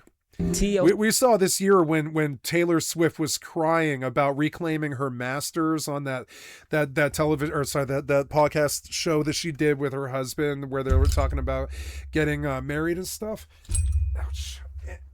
And that was a riveting story because we didn't think that they could do that. We thought the industry was so fucking shitty that even Elvis couldn't get his own masters back. Even with $100 million, Elvis couldn't keep his own masters. They just don't keep enough money. And so when Taylor reclaimed her masters, I was like, wow, maybe I'll be a little bit more gung-ho to go back into the music scene again, because if Taylor can reclaim her masters, maybe some of these terrible, shitty gods and managers are starting to finally lose their death grip on the fucking industry. It killed TLC. TLC earned less than 10 cents per album sold. 10 cents per album. I thought it was like $1, but no. Remember I said, I was like, you make about $16 off a CD, probably in the tax, probably runs like $18 something, but it's like 16 for the label that cut the album. And I was like, yeah, I mean, maybe $1 of that goes to the musician. You would think that it's, I swear to God, most people think, oh, the producer takes $1 and the editor takes $1 and the fucking and the director takes $1 and their agent takes $1, but the artist walks with like $11 of every album or something like that. That was the assumption that people lived off for like 75 years. And no, it's the other way around. That the musician gets 10 cents to $1. Everybody else takes their dollar cut, and there's 14 middlemen. There's a producer, an agent, the label itself, there's security and all the stuff that it takes to make an album successful.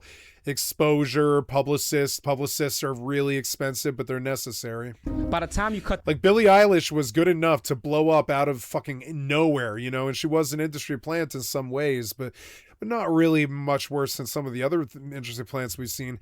Is she was fire enough to just take control of the fucking radio, like Lil Wayne there for a while. But in return, she will have a most definite fall from grace, and I believe that's already sort of happened in a way. Something bad will happen to her because the lifestyle is so fucking fast and so fucking shitty and so travel-filled and hard to organize that something bad probably happened to her, Cut that up between 3 people, take out taxes. And we don't know what it is, and I don't want to know, and it's her business, and but I know that it was not easy for Billie Eilish. I know it was not easy for Lana Del Rey. I know it was not easy for Taylor Swift. Most people say they have all that money though, but they don't. They walk with 10 cents per album. So remember, if they want to make $100,000, at 10 cents an album, they've got to sling 5-10 million records to make $100,000 or something like that. That's not good money. Now, they probably never have to worry again. And when they travel somewhere, the record company is essentially like their pimp if they were a prostitute. They don't ever have to worry about meds. They probably don't ever have to worry about security. They probably don't ever have to worry about food. They probably never have to worry about diet or timing or schedules or agents or like itinerary or costumes or clothing. All that stuff is taken care of by the record label or whoever it is that's producing them. So it's kind of like a pimp. It's like it's not like the record label pays you. They're your pimp, and they take all of that money, and in return they enable your lifestyle. And they will hand you some money, but they'll be like, no, you're dressed up in 2 mink coats and 2 chains. That's your payment. Pay manager. What can you do with that? You can resell those things, but if they find out that you resold those things, they'll end your record deal. You can't sell your 2 chains if you're 2 chains, Lawyers. As silly as that sounds, unless 2 Chainz bought his own chains and is his own record producer. I don't know anything about 2 Chainz. Like the record label can absolutely take his 2 Chainz. I think the record label probably owns the chains. Stylists and recoup the label's expenses. It's ramen noodles budget at best. They were handed what's called an advance. Money that's not free, by the way. It's basically... No, they take a chunk off that. They'll be like, oh yeah, we're going to give you an advance on your record deal that's going to sell in like a year. So here's $90,000. It's actually a $340,000 payment, but since we're advancing, we're going to take 40% of it. We know you're poor, so if you want this money now, we'll give it to you now, but we got to cut it down by 40% or something like that, because and the artist takes it because they know that if they don't, they won't get famous. Alone. The label pays for studio time, marketing, tours, then they charge it all back to the artist before royalties even hit their pocket. Yep. It's like being told, hey, congratulations, you made $1 million. Now pay me back $990,000 of it. It's all mine. You got to pay back this $950,000 bill. Look, I said it before I knew what he was going to say. Yup, that's exactly how it is. And this is one of the reasons why it was really easy for me. I've been singing for 8 years, 2 different bands. We could have started another DJ thing. I could have finished other albums and stuff like this. I could have gone solo. I didn't want to do any of that because I knew that I spent my 8 years in what I was going to probably do in that. At that point, I decided to play video game. Ooh, Dilly Dally Dace. What is that? Dilly Dally Dace. It's Quiet River. Dilly Dally Dace was added to your collection. I don't know what Dilly Dally Dace is. Dilly Dally Dace. Where did it go? Oh, it's a new... Oh, throwing multiple fish can extend this. This is 10 fishing. Oh, it's like a new reagent that I hadn't got yet because my limit hit 85, and now I'm getting like a new fish. Okay. It is 1 a.m. Kicker. While TLC was struggling, their label execs were becoming millionaires. Off of their backs, Clive Davis and LaFace execs were getting bonuses from the same albums TLC couldn't even eat off of. Now, you could say that's greedy, but the record producer is going to be like, no, I make sure they get laid. I make sure if they're hurt, they get to the doctor. I make sure there's security around them at all times. They're the safest they've ever been in their entire lives. So they can talk gangster shit about other gangster rappers, and I'm going to protect them even if they do that. I feed them, I water them, I liquor them, I take them to the club every Saturday night, and I drop $10,000 or whatever, right?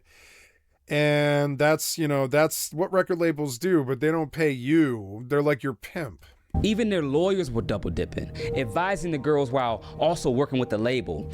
It was a textbook case of exploitation disguised as opportunity. This wasn't just bad business. This was a system designed to trap young, talented black women into signing their rights away before they even knew what publishing was. Lisa Left Eye Lopez literally broke it down on national TV. The group was selling out stadiums, breaking records, and each member was walking away with only $50,000. Meanwhile, the label executives, they was eating filet mignon off their platinum plaques. This is how a group can sell 10 million records and be broke. And everyone, get ready to do your math. Okay, there are 100 points on the album. TLC had 7. Every point is equal 7 points. 8 cents. All right? 7 times 8, 56 cents. 56 cents. But as time went on, we learned a lot. That means every time an album gets sold, TLC gets 56 cents. So 10 million records, $5.6 million. Seems like a lot of money. Well, it's not a lot of money when the record company has spent $3 million to record your album. And in the record business, we pay all costs back to the record company. We pay recording costs, video costs. So now we have $2.6 million left. Well, guess what? When you have that much money, you're in about the 47, 48, 49% tax bracket. So that immediately gets deducted to one. Yeah, then Uncle Sam takes 33% of it because there's like entertainment tax and fast money tax and $3 million. Then you split the rest 3 ways. You got about $300,000 a piece, if that much. Okay? $300,000. Now that's a lot of money, but I mean not for like booking platinum shows, no. Not for the amount of stress that comes with it. I can buy a They did her dirty. nice house with And that. it killed her. And they probably killed her at the end of it too for telling the world about their hustle. And what am I gonna pay my bills with? Left Eye said it best. This is how a group can sell 10 million albums and be broke. Let that sink in. T-Pain didn't just make hits. He rewired the sound of modern hip-hop and pop. Before him, autotune was mostly used to discreetly correct pitch. And after him, it became a stylistic weapon. From Buy You a Drink to Bartend, his voice wasn't just recognizable. It became the sound of the entire era. And that's not an exaggeration. Without T-Pain, there's no Kanye West on 808s and Heartbreak. Nope. There's no Travis Scott space crooning over dark trap beats. No Future melodic mumble rap. Even Kanye admitted it. T-Pain walked so he could 808. It really came down to the same fact of what Kanye told me. Like, you know, he said to me that 808s and Heartbreaks is Rapper Turned Singer. Because Rapper Turned Singer was a bunch of love songs with a ton of bass in them. And I'm making love songs with bass, love songs being the heartbreak, and 808s being the bass. So, in a sense, we just kind of remade Rapper Turned Singer, but, you know, in all honesty, just like Kanye said, he just had a better marketing plan. At one point, T-Pain was so dominant that if you were an artist without a T-Pain feature, you were probably just waiting for one. He was everywhere. Grammys, BET, MTV, Billboard.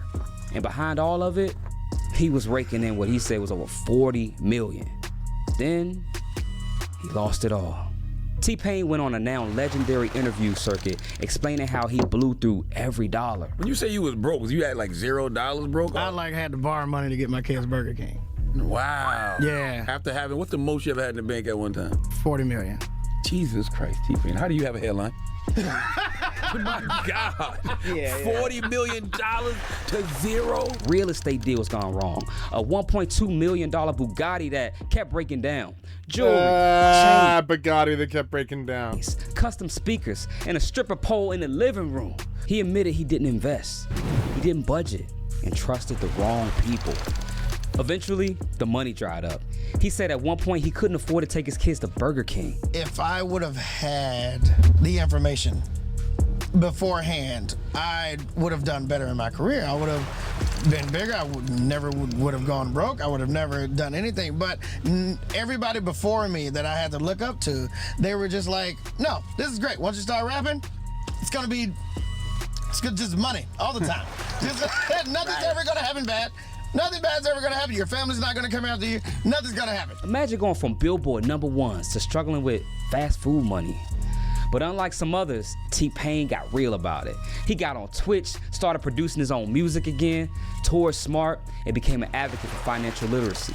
His comeback was humble, honest, Kitty. and a warning to artists of today. He said, don't just get money, learn how to keep it.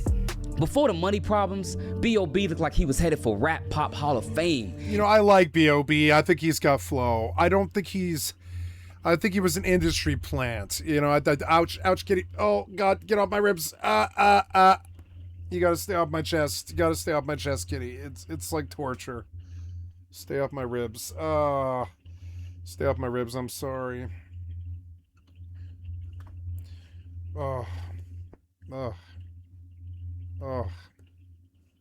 Sorry, kitty. I fell and I damn near broke my ribs, and it sucks. In 2010, he dropped B.O.B. Presents The Adventures of Bobby Ray, and it blew up. Yeah, that's not a bad album. And major hits with Bruno Mars, Nothing on You, Haley Williams, Airplanes, Rivers Cuomo's Magic. Every single felt like a summer anthem. He wasn't just getting radio spins. He was crossing genres, collaborating with rock stars, performing on award shows, headlining tours. But behind the scenes, the checks weren't checking. B.O.B. eventually came out and said it plainly. He was broke. He signed with Atlantic Records early in his career, and like many major label deals, his contract was designed to benefit the label, not the artist. He didn't own his music. He didn't control the revenue streams. Despite dropping platinum singles, his bank account barely reflected his success. He compared it to being trapped. The more hits he made, the more the label profited. And he just watched everyone else get rich off his work. I got signed so like typically when you're an artist or you're doing a record deal, you do a record deal and then someone's probably gonna approach you for a publishing deal. If you songwrite or produce or something like that. And so, I mean, even if you don't, I mean, you're an artist, so someone's gonna make money. So he broke free. He left Atlantic, went independent, and started selling music directly to his fans. He began to earn money only when he left the system. That's what you have to do. You have to do that, or you cannot make money in the music industry unless you are like Taylor Swift. That exploited him. Think about that. One of the most recognizable voices of the early 2010s had to start from scratch just to make a real living. That's not a one-off story. That's industry standard. What makes B.O.B.'s story even sadder is he was marketed as a success story, the genre-bending smart rapper who made it mainstream. But behind closed doors, the pressure to deliver crossover hits meant he lost creative control. And by the time he wanted to pivot and talk about deeper topics, the label didn't care. His decline wasn't just financial, it was emotional and artistic too. When he finally went indie, he started rapping about conspiracies and government control. To some fans, it seemed like he snapped. But maybe he was just finally speaking freely for the first time in years. No, that's really common in the industry for rappers to actually go full-blown punker pretty much and completely attack the industry and go rogue and start talking about conspiracy theories and shit like this. Hopsin did that. When Hopsin did it, so did B.O.B. I love Hopsin. Hopsin was running the industry there for a bit. Years. Hopsin is one of the most famous ones about this. Hopsin took a deal with Ruthless Records, and that's the people who put out Eazy-E's records, and that record label is owned by Eazy-E's wife. And so she thought that Hopsin was going to be really big, and he was. His first album went platinum. It was called Raw. Had songs like Sag My Pants and shit like this, and it was the hot shit out of LA. It changed the scene.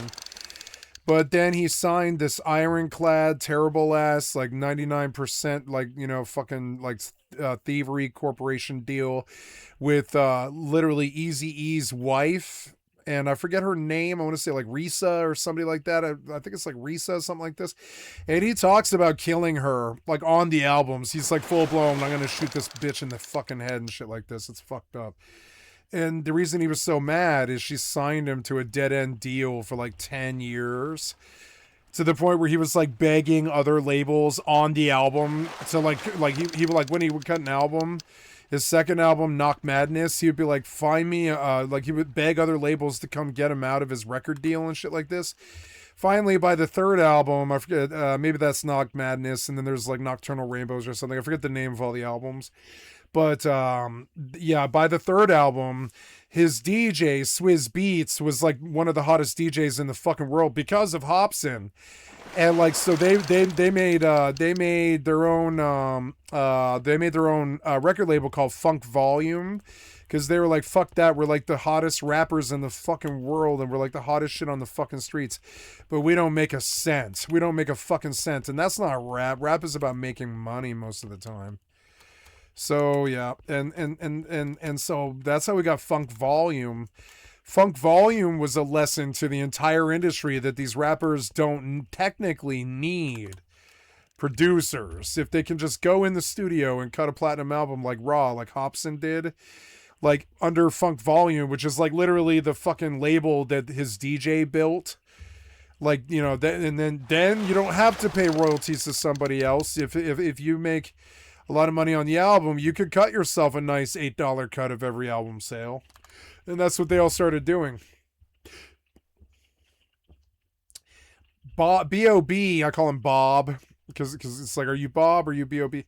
But B.O.B. was a SoundCloud rapper. And all of those guys, Hobson, Yellow Wolf, all those SoundCloud rappers that came around 2010, they were all fucked. I forget the name of, Ghetto Vision. Ghetto Vision was the name of Yellow Wolf's record label, and they were good, and they did him well. You know, they got him exposed and made him famous, and I think they made him hood rich, and you know, they probably like at least like dealt him better than probably a lot of other Southern rappers get. But he was desperate to get out of that. Now I believe he owns his own label called Ghetto Cowboy, if I recall, or maybe it's Creekwater is the name of the label. I forget. I know his whiskey label is called Creekwater. I don't know what. I think it's called Ghetto Cowboy. Is his newer label, but it took him 7 albums that all went platinum, like Trunk Music Returns, Radioactive, Love Story. All of those went platinum. 4 albums before he made his own label, and I don't think he made $1. That's why he constantly talks about drugs and liquor in the fucking hood, and that he still lives with his parents and shit. And he spits out, like, you know, his mom brings him, like, you know, breakfast burrito and shit, and he spits out the shotgun pellets from the cow that they shot with the shotgun or whatever, or the bird that they shot with the shotgun. And like that stuff, I was like, but aren't you a rapper? Why wouldn't you just have them bring you McDonald's or whatever? And I'm sure he does that too, but like, no, in his songs he'll talk about living with his parents still, which is something most rappers probably won't do. But I mean, like, he's also signed to fucking, you know, shady records, and that's what Marshall Mather did. Marshall Mathers made his own fucking thing eventually around the relapse recovery phase. He made his own record label because Dr. Dre probably wasn't turning him right, or whoever was his Interscope. I think he was on Interscope for like 5 albums or something, but whoever it was, Interscope wasn't doing him right. So he made Slaughterhouse and made his own label, fucking Shady Records, and he signed Yellow Wolf to it. It's not Ghetto Vision, I'm sorry. Yeah, it's Yep, and that's what Tech Nine did. Tech Nine cut like 5 or 10 platinum albums, and from album 2, he just made strange music, and he admitted to the world that he didn't want to be the slave to some other music producer because his music was strange, and he named his record label Strange Music off that premise of like, yeah, my music's strange, and it's gonna take me producing it to ever have it go anywhere. And so, yeah, Tech Nine probably did make like $50 million, but remember, he's got 10 platinum albums. Like 10 platinum albums, and he was never, ever on the radio either. They just sold. The fucking albums were so good. They sold even though they weren't on the radio and shit. Tech Nine's is the best example of all of this. So, and he saw by like album 2, since like Absolute Power, he wasn't talking about fucking strange music. Like, you wouldn't hear strange music at the end of every single song until like his 4th album. But then after the 4th album, it's like every single song on the fucking album has an intro and an outro. They go strange music, right? And that's his whole call sign. He got that from the Neptunes, I think, used to do that, and also I'm thinking of Justice League. Justice League was the MC for the Neptunes, if I recall. Maybe I'm mangling it. It's hard to keep it all straight. But yeah, like the Neptunes in Justice League, they used to put it like on at the beginning of every song, they'd be like Justice League, Justice League, Justice League. And this stood out. Nick Cannon was famous for doing that. He'd be like, Nick Cannon, Nick Cannon, Nick Cannon. All throughout the song, you'd be like, Nick Cannon, don't forget the name, Nick Cannon, bitch. And this is because these people, they don't sign with record labels. They have to push their name. Like Strange Music and all that stuff that they do because they have to push their label. That's their form of publicist. You know, they don't pay publicists. That costs hundreds of millions of dollars. They just do their own publicity, you know? And they probably do go to the clubs in Kansas City, Mo. Kesha exploded in 2009 with TikTok. Yeah, she exploded. She exploded like her cocaine addiction exploded. Infectious, high-energy pop songs of the 2000s. It broke records. It made her a star overnight. She followed it up with bangers like We Are Who We Are, Blow, and Die Young. Her image, glitter, rebellion, party girl chaos. Her reality, legal shackles. Despite all those hits, Kesha wasn't free. She was signed to Dr. Luke under Sony, and behind the scenes, she was locked in one of the ugliest contract disputes in music history. In 2014, she sued Dr. Luke for sexual assault, battery, and emotional abuse. On top of it, the record producer is often fucking them, either literally, figuratively, or business, one of the three. That's another thing we learned is, yeah, it's an incredibly, incredibly incestuous business. Look at P. Diddy. Use, claiming he controlled every aspect of her career and threatened to ruin her if she spoke out. But because he owned her contract, the lawsuit turned into a... Yeah, you can't, like, that's probably what happened to Lisa Left Eye Lopez. When you tell the world that these assholes are ruining the music industry, and you provide the proof, and you tell them how and all this stuff, a bunch of really crazy, cultural, rich elite, like target you, and nasty stuff happens. That's what I always assumed happened to Tupac and Biggie. I mean, I think that is what happened to Tupac and Biggie pretty much. They like signed with labels that weren't theirs. You know, like Tupac joined Death Row Records. That pissed off P. Diddy for, you know, who wanted him on Bad Boy. So they robbed Tupac like on his record release day. And then he went out to jail for like 3 years and shit for rape, which I forgot. You know, I totally forgot about that. But yeah, he did do a rape charge and he was in jail for 3 years. And so he never ever went back to jail for that rape charge. Suge Knight just paid the $1 million bail. And remember in that song California Dreamin', when Tupac comes in on that song California Dreamin', he's like, out on bail, fresh out of jail, California Dreamin'. As soon as I step on the scene, I'm hearing Hoochie screaming.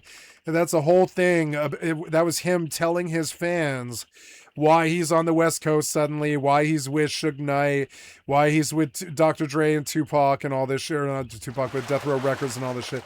Why he was bailed out and for what and all this crazy shit. And that was, like, in a way, that's just them resisting the terrible tendencies of the record label industry. Legal tug of war.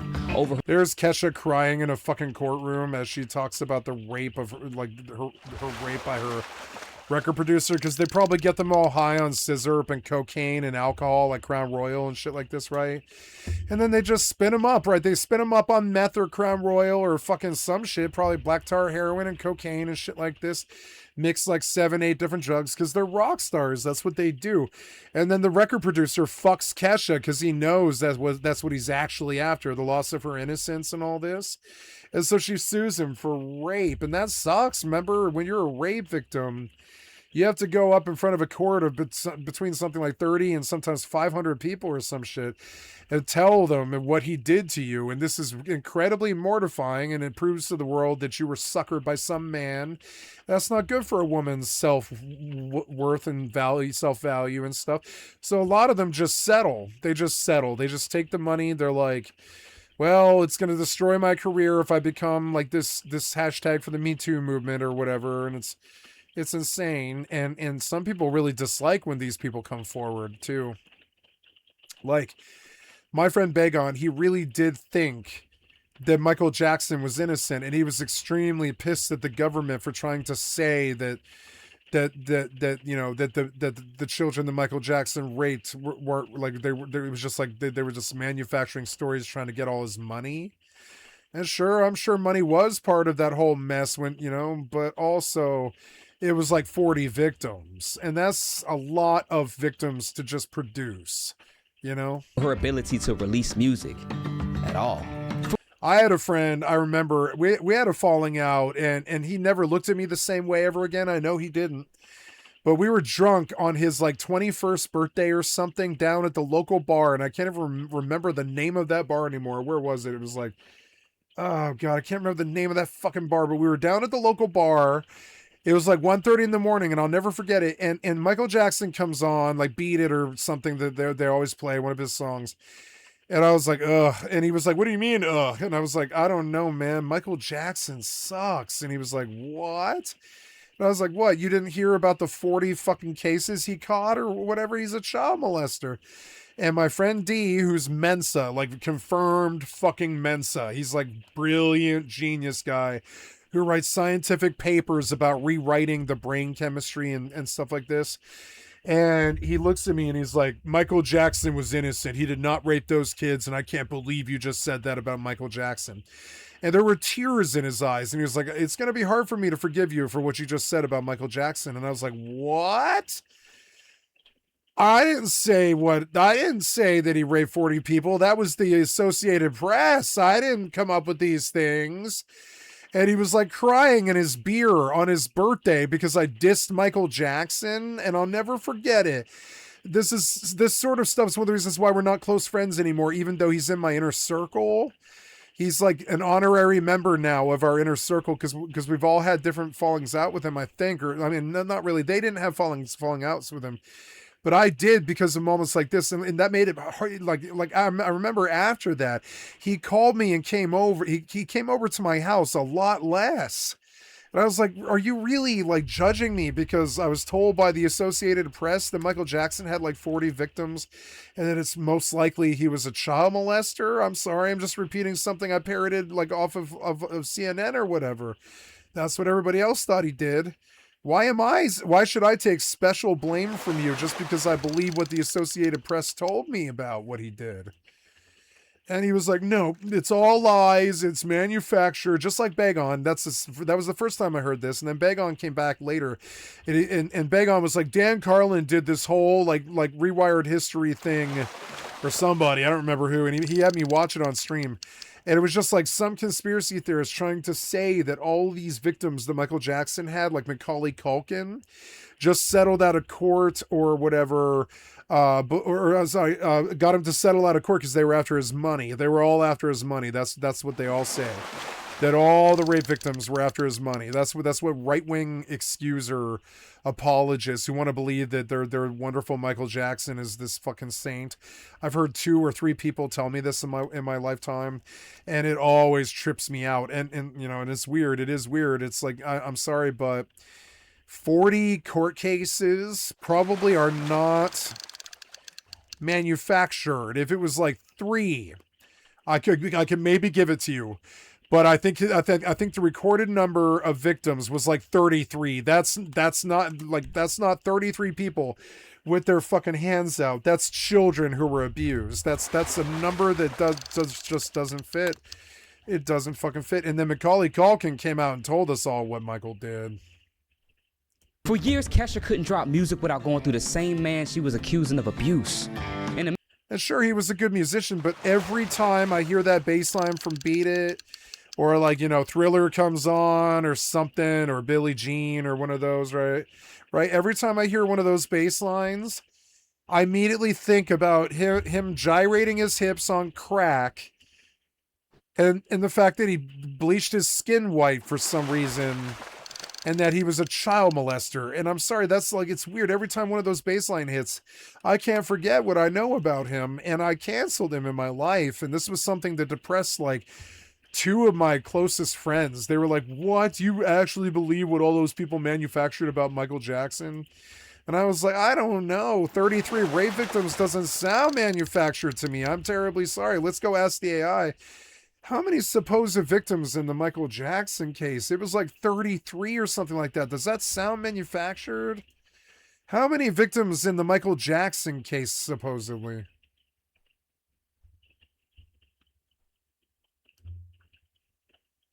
It was like 33. I know it was. It was like 5 public ones. And then there was like 20 or more that he settled out of court with. There was other allegations, 10 plus more accusers from the Cascio family. There was law enforcement estimates of around something like 16 fucking victims. That is not manufactured. It would be really hard to get 16 children to lie. It would be fucking hard. You'd have to coach them. They'd have to be performers of the year. They would have had to have done Shakespeare on Broadway or something like that. You can't get 16 kids to lie. I challenge you to do it. Kids can't focus longer than like 5 minutes and shit. You have to give them candy and soda to get them to do anything at all. They're not going to sit there like in court for an hour and a half spewing some perfectly scripted fucking thing that has to be airtight or the lawyers tear it apart. Kids aren't like that. Those kids in his case weren't like that. You know, that is some indication that he was a rapist. It's kind of crazy. It's very difficult to coach child witnesses. You know, it's notoriously fucking difficult.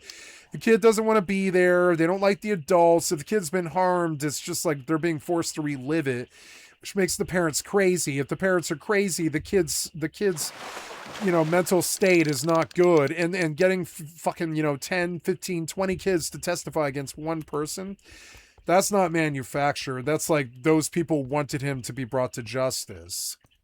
You couldn't tell me anything other than that. I'm sorry. I'd have to see a video of Michael Jackson living his life, all of his life, like me. Like, one of the things I like about me is like, I'm not some weirdo like Michael Jackson, but I'm on stream 14 hours a day. You know I'm not a fucking weirdo like that. I'm not a fucking weirdo like that. I've never been, never have, never will. And one of the things I like about my job is you know where I am at all times. They're like I come straight from the streets, straight from being a kingpin. Some dude try to kill me. Some other dude try to swat me. So people don't like me for whatever reason and all this stuff. And, I don't, like, whatever it is, like, I don't know what it is, but whatever it is, I just try to keep it, like, copacetic, and I'm here all the time so that they know I'm not a kingpin. They know I'm not dealing dope. They know I'm not talking shit about them. They know I'm not turning state's evidence. They know I'm not using their names and all this other stuff. I'm very careful about what I talk about. These people are not. To make things worse, she still owed him albums. If she broke the yeah, on top of it, they'll sell you albums that you haven't even recorded yet, which is just fucking crazy. What kind of pressure is that? That's insane. It's like, yeah, we paid you 90 grand last year, and that was a nice paycheck, wasn't it? Oh yeah, I bought that fucking piece of shit sports car that keeps breaking down. The Bugatti or whatever. That was a nice advance, wasn't it? Well, yeah, it turns out I need you in the fucking studio like tomorrow to begin recording this album that you owe me. And you're like on the phone and it's like 4:30 in the fucking morning and you're in the back of some club somewhere and you're like, oh, I have to go to the studio tomorrow. And they're like, yeah, you owe us an album. And you're like, I owe you an album? Why do I owe you an album? Well, remember, you signed with us last year and you promised us 3 more albums. And now it's time to actually, produce that. And you're like, well, I'm in the back of a club and what's her name just cheated on me, the other famous pop singer that I'm dating or whatever. And I don't want to do that right now. And they're like, tough titty, you're our fucking cassette. We play you, bitch. I can literally have these security fucking abduct you and bring you to the record label. And that's what they do, too. Contract, she'd be sued. 24 hours to go. I want to be sedated. Nothing to do, nowhere to go. I want to be sedated. Put me in the... I can't remember all the rest of the lyrics and stuff because I have brain damage and stuff. Like, hurry, hurry, hurry before I go explode. And that's about, like, wanting to do heroin, but being forced by a record executive to go on stage every night all year. But you're on heroin. You don't want to do anything. You want to nod out in the corner. And that's what happened to the Ramones. But because they sold out as a punk band or whatever, like, you know, or was that the Ramones or the Clash? That's the Ramones. But yeah, the Ramones, they didn't want to sell out. They just sold out. Like, so then that became pressure that Joey Ramone did not want, which is how he got sedated. He was like, hurry, hurry, hurry, 20, 24 hours to go. I want to be sedated. And that's literally him talking about waiting 24 hours before he can get his heroin fix so that he can stay straight enough to do the Ramones show to sing I Want to Be Sedated well enough that the people don't cancel the band. And he doesn't want to go on stage. He's a heroin addict. He wants to go do heroin and stuff. But because the record label owns his soul, they have security abduct his ass and put his ass on a plane, bring him back from wherever drug den he was hiding or whatever, and put his ass up on the mic in some amphitheater somewhere. And they force his ass to dance like a puppet, and they shove their hands up his ass like a fucking marionette. And they force him to dance. And that was Joey Ramone's life. That was what happened to Sid Vicious. It's what happens to any punk singers who ever get famous. They get used by the record label, you know? Really, really bad. If she stayed, she'd have to work with him. The worst story of all time, I believe, with this is a punk band named Dead Kennedys. The lead singer, Jello Biafra, he sold, I'm sorry, he didn't sell, but his record label, who owned the rights and the masters and all of the bells and whistles to the Dead Kennedys since the 70s or 80s or whatever, they decided in the 90s that they wanted to sell the fucking bass line to Holiday in Cambodia. I'm not making this shit up. I remember this case. I heard him talk about it live in his solo spoken word set. He went solo after this, right? But the lead singer, right? The fucking record label owned him. They owned his rights, his masters, his records, his lyrics, everything. They owned everything that he did, right? So they were like, okay, you're a punk singer. We're a record label. We want to sell Holiday in Cambodia to a Nabisco so they can put it in a Wheat Thins commercial. And I believe that's what they did too. And he was like, no, absolutely the fuck not. I don't like Nabisco. I will not support your crazy globalist brands. I don't believe in world trade. I don't want to sell out to Nabisco. I wrote that song. It's my say whether or not you get to use it or whatever. No, you cannot use it in the Nabisco commercial.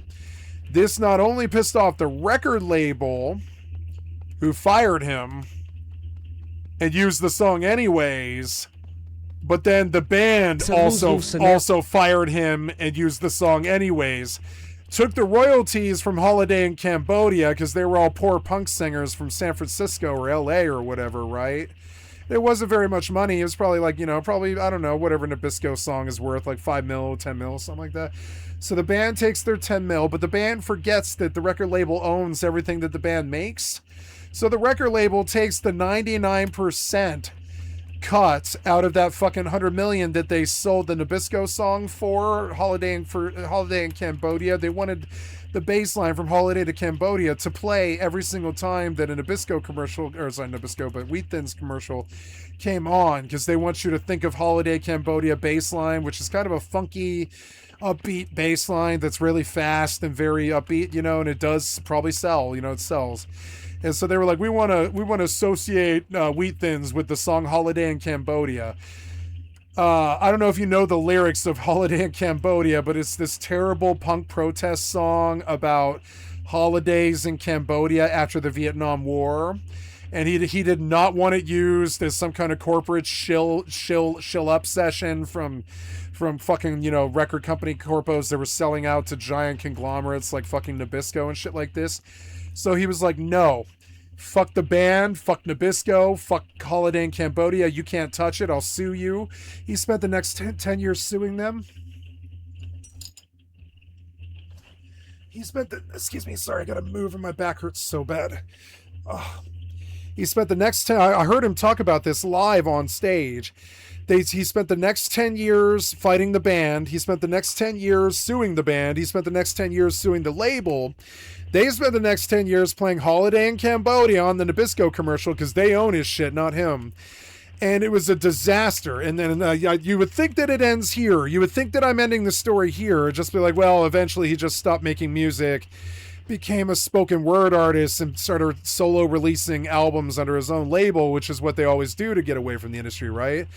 You would think it would end there, but no, the Dead Kennedys sued him. They were so mad at him, the Dead Kennedys, the band themselves, who didn't write the lyrics, they weren't the front man, they weren't the showrunner, the entire concept was Jello Biafra's. He built that band. They were just session musicians. And it was his band, you know, he was the showrunner there. It wasn't like it was a 5-piece. It was more like him and the musicians that he enlisted to help him make albums and stuff. And he was the showrunner. It's kind of like I don't know what's the guy from Kiss, right? Shut up, kitty. Shut up. I gotta feed her, I guess. So the band kicks him out of the band. They want to sell all of the they want to sell all of the Dead Kennedys albums, and they want to remaster them. He doesn't give him permission to remaster, and he won't go in the recording studio to re-record vocals for any of those albums. He full-blown viciously hates the Interscope and Geffen and Nabisco and his band that he was with for 30 years since the 80s and all this, and he just hated the whole lot of them. He saw them as these soulless stooges that destroyed punk rock and destroyed his band and sold him without his permission and sold him out against his will. And so what they did after that is, after they saw how much money they can make off the Holiday in Cambodia bass line, turning it into basically a novelty or whatever, as opposed to one of the more hardcore punk songs ever written, right? They the Dead Kennedys re-recorded all of the Dead Kennedys albums without Jello Biafra. And it's like he wrote every bass line, every guitar riff, every fucking lyric, every fucking vibe. He recorded every music video. He was the front man. So they just cut him out. They were just like, no, you won't sell out, and we want to sell out. We're these poor session musicians from San Francisco that make like 60 grand a year. We want to take their Nabisco money, and you can't stop us. And so they re-recorded all the Dead Kennedys albums, which prompted him to make a spoken word tour where he tried to tell every major city in the world that his own band was trying to steal his masters, his label, his lyrics, his IP, his rights, his likeness, his music, to use it to sell corporate conglomerate things like Nabisco wheat thins and shit like this. Shit that he despises on a personal level. Shit that he would never, ever do. He'd rather die than do. And they sold him without his permission. They just took his rights. They violated him. They re-recorded his entire career, and they just sold that without him. And and that's the most terrible story I've ever heard out of the music scene, but it's not the only one. And with that came a huge financial cost. While her old singles racked up hundreds of millions of streams, Kesha was spending millions on legal fees. And cocaine. Not making millions from her royalties. She was one of the most famous women in pop, but she couldn't fully tour, promote, or even release music the way other artists could. For nearly 5 years, she was bleeding money. Yeah, it's like the show. They call it the show. It's the game. In the rap scene, they call it the game. And it is. It's all in the game. They will fuck you, spread you, turn you into a marionette, shove their hand up your fucking ass, and dance you like a puppet for fucking 75 years. It happened to the Rolling Stones. If you're really good, like the Rolling Stones, and you sell out Beatles amphitheaters and stuff like this, and you didn't die like John Lennon, they will stick their hand up your fucking ass for 80 solid years and dance you around like a fucking marionette. You don't have any sort of choice whatsoever. The Beatles knew this by 1973. They made their own record label called Apple.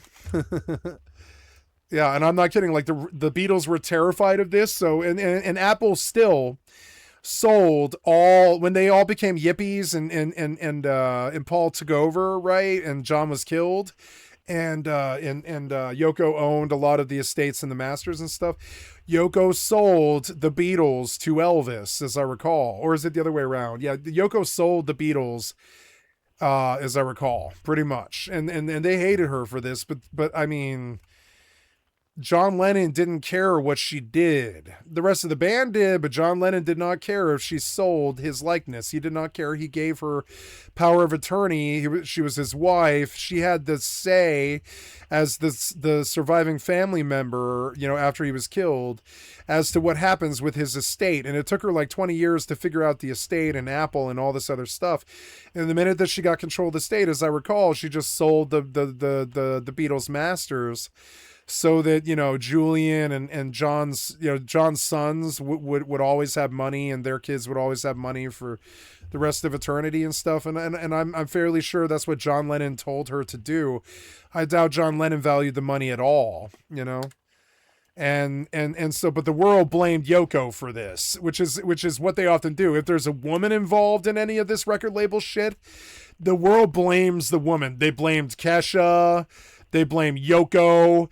They blame Courtney Love for killing Kurt Cobain, which is just not true. It's just, heroin killed Kurt Cobain. Like, you know, it's just not true. Like one of the things that the thing that bugs me the most about the Kurt Cobain suicide is he had 7 grams in his fucking arm. He had 7 grams in his fucking arm. They did the toxicology. They found 7 grams in his goddamn blood. And the whole thing that tripped up the grunge scene was, everybody knows if you got 7 grams of heroin in your fucking bloodstream, you can't lift a needle. You can't lift a shotgun. You can't shoot yourself or anything like that. Not with, even if you got a big fucking rock star's heroin fucking, what would they call that? Tolerance, right? Your tolerance is super high, like Charlie Sheen. But still, no, you can't. If you've got like 7 grams worth of black tar heroin, or just heroin in your bloodstream, you cannot lift a shotgun. And that's one of the reasons why they hated Courtney Love all these years. They think that she put the drugs in his arm and pulled the trigger for him. But no, I mean, she did not put the needle in his fucking arm. He did that first. That was his choice, not hers. You know? And they torched her like fucking Yoko for like, they still do, for like 30 fucking years. And she was a superstar. She went on to cut platinum albums of her own. She was a superstar. She didn't need their money or their approval or their record labels or anything like that. She sold just as much as Nirvana did. So so she didn't have to like kowtow to them. She didn't have to listen to them when they told her to do things. Yoko didn't have to do that either, because John left his estate to Yoko, as I recall, and she didn't have to do anything that they told her to do. They tried to tell Yoko and Courtney to do shit, and they just wouldn't, because both John and Kurt like empowered them to be able to say no to it, you know? As it is, Courtney Love and Yoko still re-released everything that John Lennon and Kurt Cobain did and resold all of it in anthology form and cut videos with holograms and shit like this. That all happened.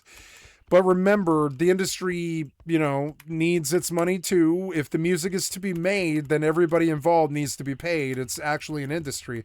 And stuff like anthologies after artists die do sell records. So I don't know if I blame Yoko for doing that. That's the industry. While the industry moved on, even when she dropped her powerful comeback album, they don't treat any female musicians with respect unless you're in country music. Excuse me. They don't. The only women in the entire scene that actually are treated with respect at all is well, and also Christian rock also treats their women well. But yeah, country, like the GMT crowd or whatever, whatever that television station is for country, CMT, the whole CMT country music crowd, they treat their females well, but the rest of the industry does not. They bend them over, they fuck them like Kesha, they rape them like P. Diddy, they steal their money, they sign them for 3 albums that they haven't even fucking recorded yet, and all this other terrible predacious shit. And she should have sued them. I had no idea what happened to Kesha, and she has a great deal of my sympathy. I've hated this industry since I was 14 years old. In 2017. I tried to be in this industry and I left. You know, I did. I tried to be in this industry. I cut albums. It was still released under the label that was tied to Dr. Luke, meaning he still profited from it. She was literally paying the man. Like we recorded albums. When I say cut, I mean record. I did not we didn't release them. We just cut them. We recorded about 55 songs which is like 3 albums. Yeah, like 3 albums in the grunge style format that we were in. It was like 3 albums. Yeah, about 15 each. She was trying to escape from. I didn't name the albums. We just recorded all 55 songs. Kesha's story isn't just about financial downfall. I had a bad habit of calling each song what I thought it was. Like, this is the ska song. This is the bass song. This is the rock song. This is the speed song. This is the, you know, or whatever, or speed metal song. This is the punk song. This is the ska song was my favorite song. My favorite song is the play the ska song, right? And all that is a guitar prompt for my guitarist to play the correct riff when it's really loud at a punk show. All right, play the ska song. And that's how I named all my music. It's weird, but I didn't name my lyrics were very, very specific and very, very very orchestrated and well written and specific and very hard hitting. Every last word that I wrote that I delivered on stage was hard hitting, and I definitely did a good job there.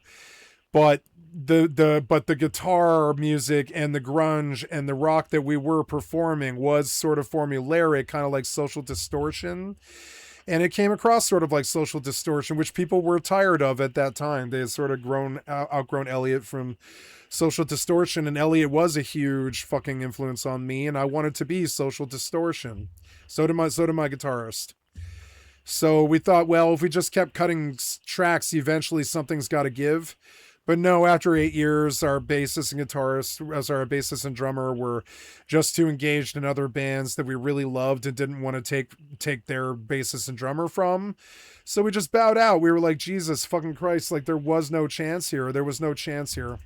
It's about how an artist at the top... We never had a conversation about it either. I think we just one day sort of decided not to meet on Sundays anymore. We never did have a conversation about like who gets to keep the masters, who gets to keep the 55 tracks. That was my guitarist. We never had a conversation about that, so I don't have my own music. The bunch of albums that we cut about 300 albums, that's in a box somewhere in my guitarist's closet. And like that's okay, but you know, but they're not like real albums, they're like CDRs. You know, we cut like 300 CDRs. They call them in the rap industry, what is that? That's like Hot 16s or whatever. We cut like 300 CDRs with like 8 of our tracks on it and stuff. And we were just trying to like at least let the city know that we existed, you know? And that's about as far as we went, those 300 CDRs that we cut. We definitely recorded the albums though. Like we recorded 55 tracks, and I remember each and every one of them. I remember the lyrics to each and every one of them. I remember the work that I had to do and how long it took.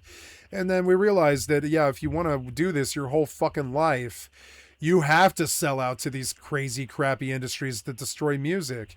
And we were a punk band. We just weren't willing to fucking do that. We saw the Flowbots sell out with Handlebars, and we were like, Jesus Christ, we played with this band 2 years ago at the fucking Euphrates Cafe.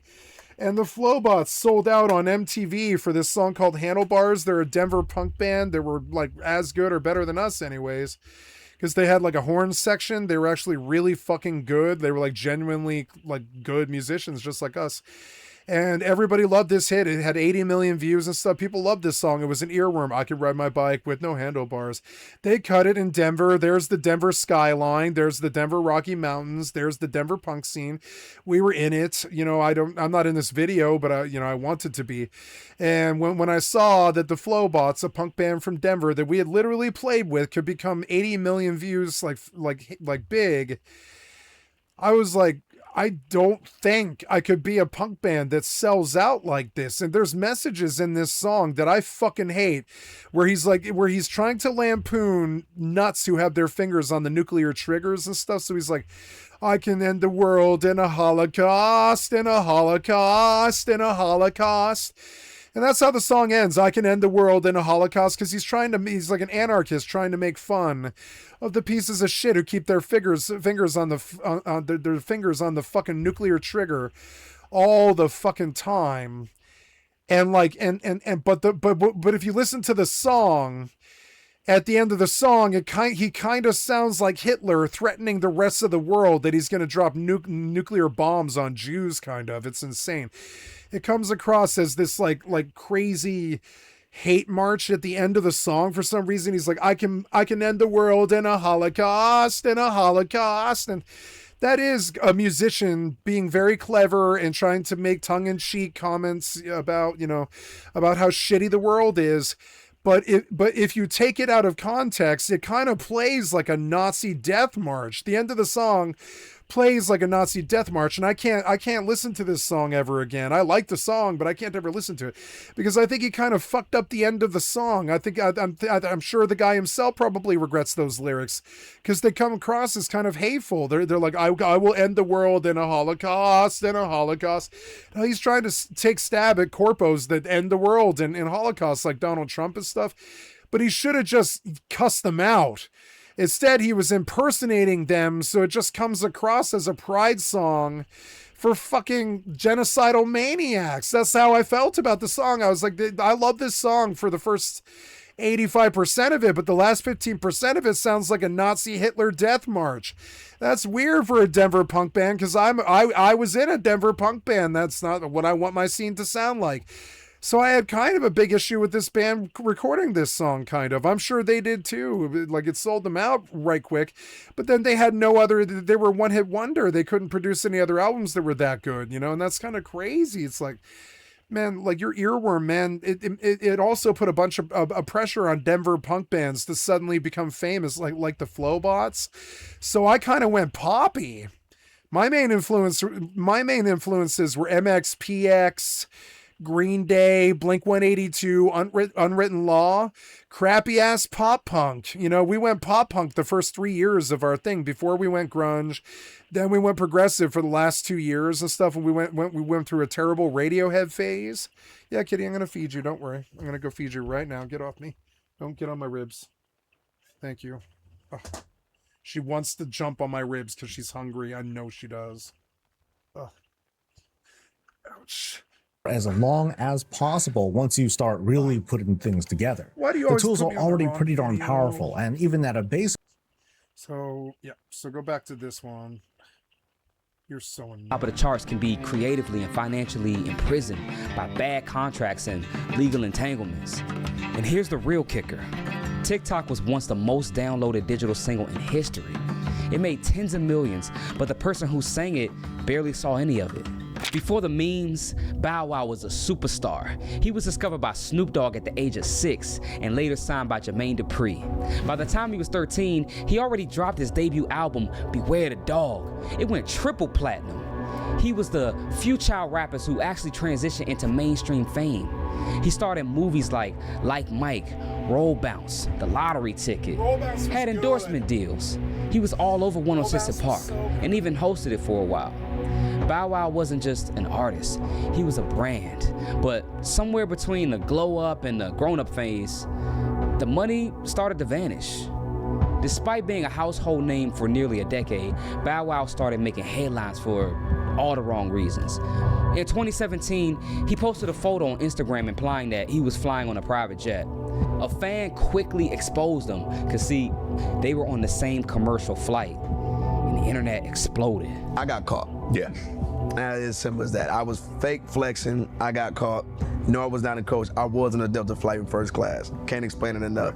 Didn't think nothing of it.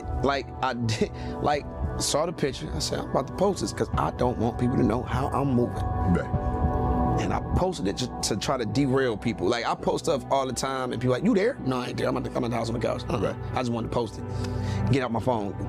What's it called? A dump. Yeah. Get it out. On this particular day, I posted. I'm like, cool, I can go to sleep now. People don't know.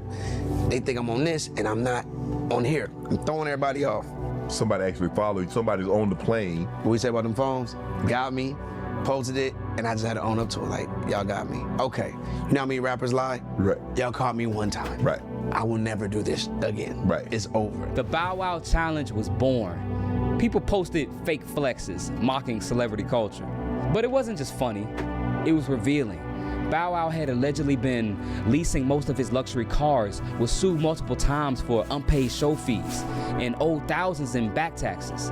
His finances weren't lining up with the image he projected. In interviews, he admitted often he felt pressure to maintain a lavish lifestyle to stay relevant, because in the music industry, perception is currency. And for someone who grew up in the spotlight, The idea of looking broke might have been scarier than actually being broke. Bow Wow's fall is also a reflection of what happens when you grow up in the spotlight with no blueprint. He started in the music industry before he was even old enough to drive. He never had a childhood, a financial mentor, or even a moment to pause and plan. Everything was about staying hot. And when your brand is tied to always having it, there's no room for failure, even privately.